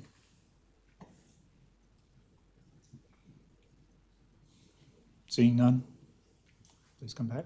Thank you, Mr. Hunter. Very brief reply.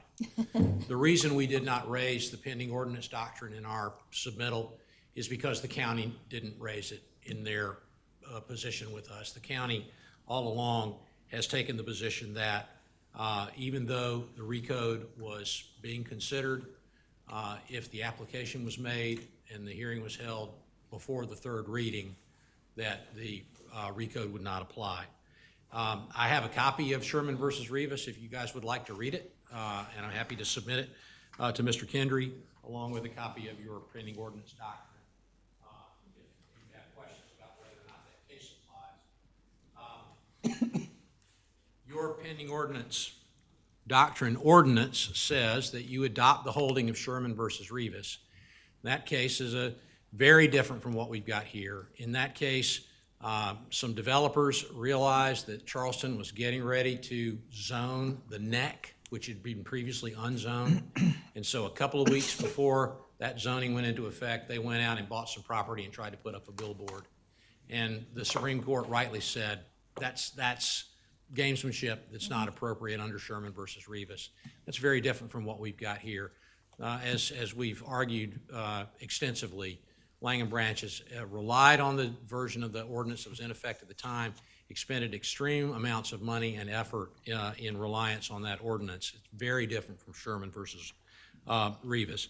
On whether or not the Vested Rights Act abrogates the pure oil doctrine in that series of cases that my friend Mr. Lindeman argued, that's an interesting argument, and I wondered about that myself. And so we looked at the law, and there is a case that Mr. Tamasitis mentioned. It's called Dunes West Golf Club versus Town of Mount Pleasant. It was decided in 2011 by the South Carolina Supreme Court, where they talked extensively about the Vested Rights Act. And then they turned to whether or not there was a common law vested interest. Well, if the Vested Rights Act had abrogated the common law, they would not have made that decision, or they would not have engaged in that discussion. And I have a copy of that case, and I'd like to submit that as well. Thank you very much. There is an argument to be made here. This issue is not moot. And that argument is, does the ordinance that was in effect at the time of the application apply, or does the new ordinance apply? If the new ordinance does not apply, it does not matter whether we knew about the recode, when we knew. If this permit application should be decided based upon the ordinance in effect at the time the application was made, then that's the issue before the board. And if not, if the new recode applies, we understand that. And we'll have to go another route. But that's your decision, not the zoning administrators. Thank you very much. Cut you off. Do you want to? You want to come back up? I cut you off. I think I'm fine right now. Okay. Did you want to restate your You want to question? restate your question? Okay. Well, then we'll close the public hearing. I make a motion to uphold and affirm the zoning administrator's decision to remove the special exception request from the BZA agenda. Second. Okay. Discussion? I believe we've had plenty of that. I think they had ample time to get in under the old ordinance. I think they knew what was coming. I think they were well warned and should have been prepared to execute before the recode took place. So I think that the zoning administrator made the correct decision. I will say that I believe the zoning administrator is traditionally and the proper person to determine if an application is complete and timely. It is clear that the February submission was not timely to make it to the February meeting. That setting the agenda is a traditional uncommon duty of the zoning administrator, has been for as long as I can remember. That based on the simple rule of the board may not grant a variance, the effect of which would be to allow the establishment of a use not otherwise permitted in a zoning district, I believe her decision was part of her duty and was a reasonable decision to make. So I would defer to the decision of staff and affirm the zoning administrator's decision. I will say, I feel like going the other direction and allowing this to come to the board would be granting a pass that no one else gets. There's a deadline. You have to make the deadline. You have to submit a complete and timely application. If you don't come before the board.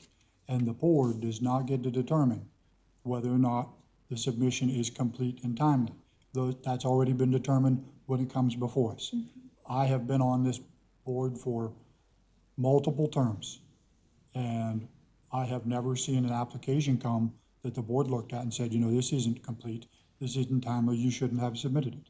The zoning administrator does a very good job, not just Rachel, but previous zoning administrators in seeing to that is met before those applications come to the board.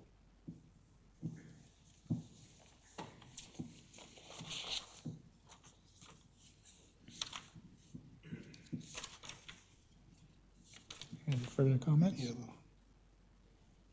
No. No, I think you both stated it well.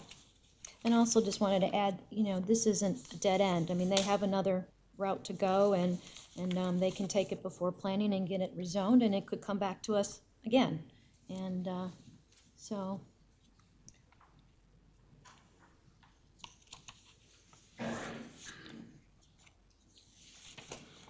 All right, well, the motion is to uphold the zoning administrator's decision to remove this special exemption request from the ZBA agenda. All those in favor, raise your right hand. Unanimous.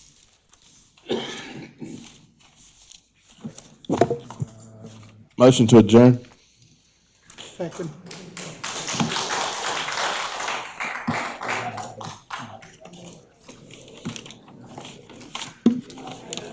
Huh?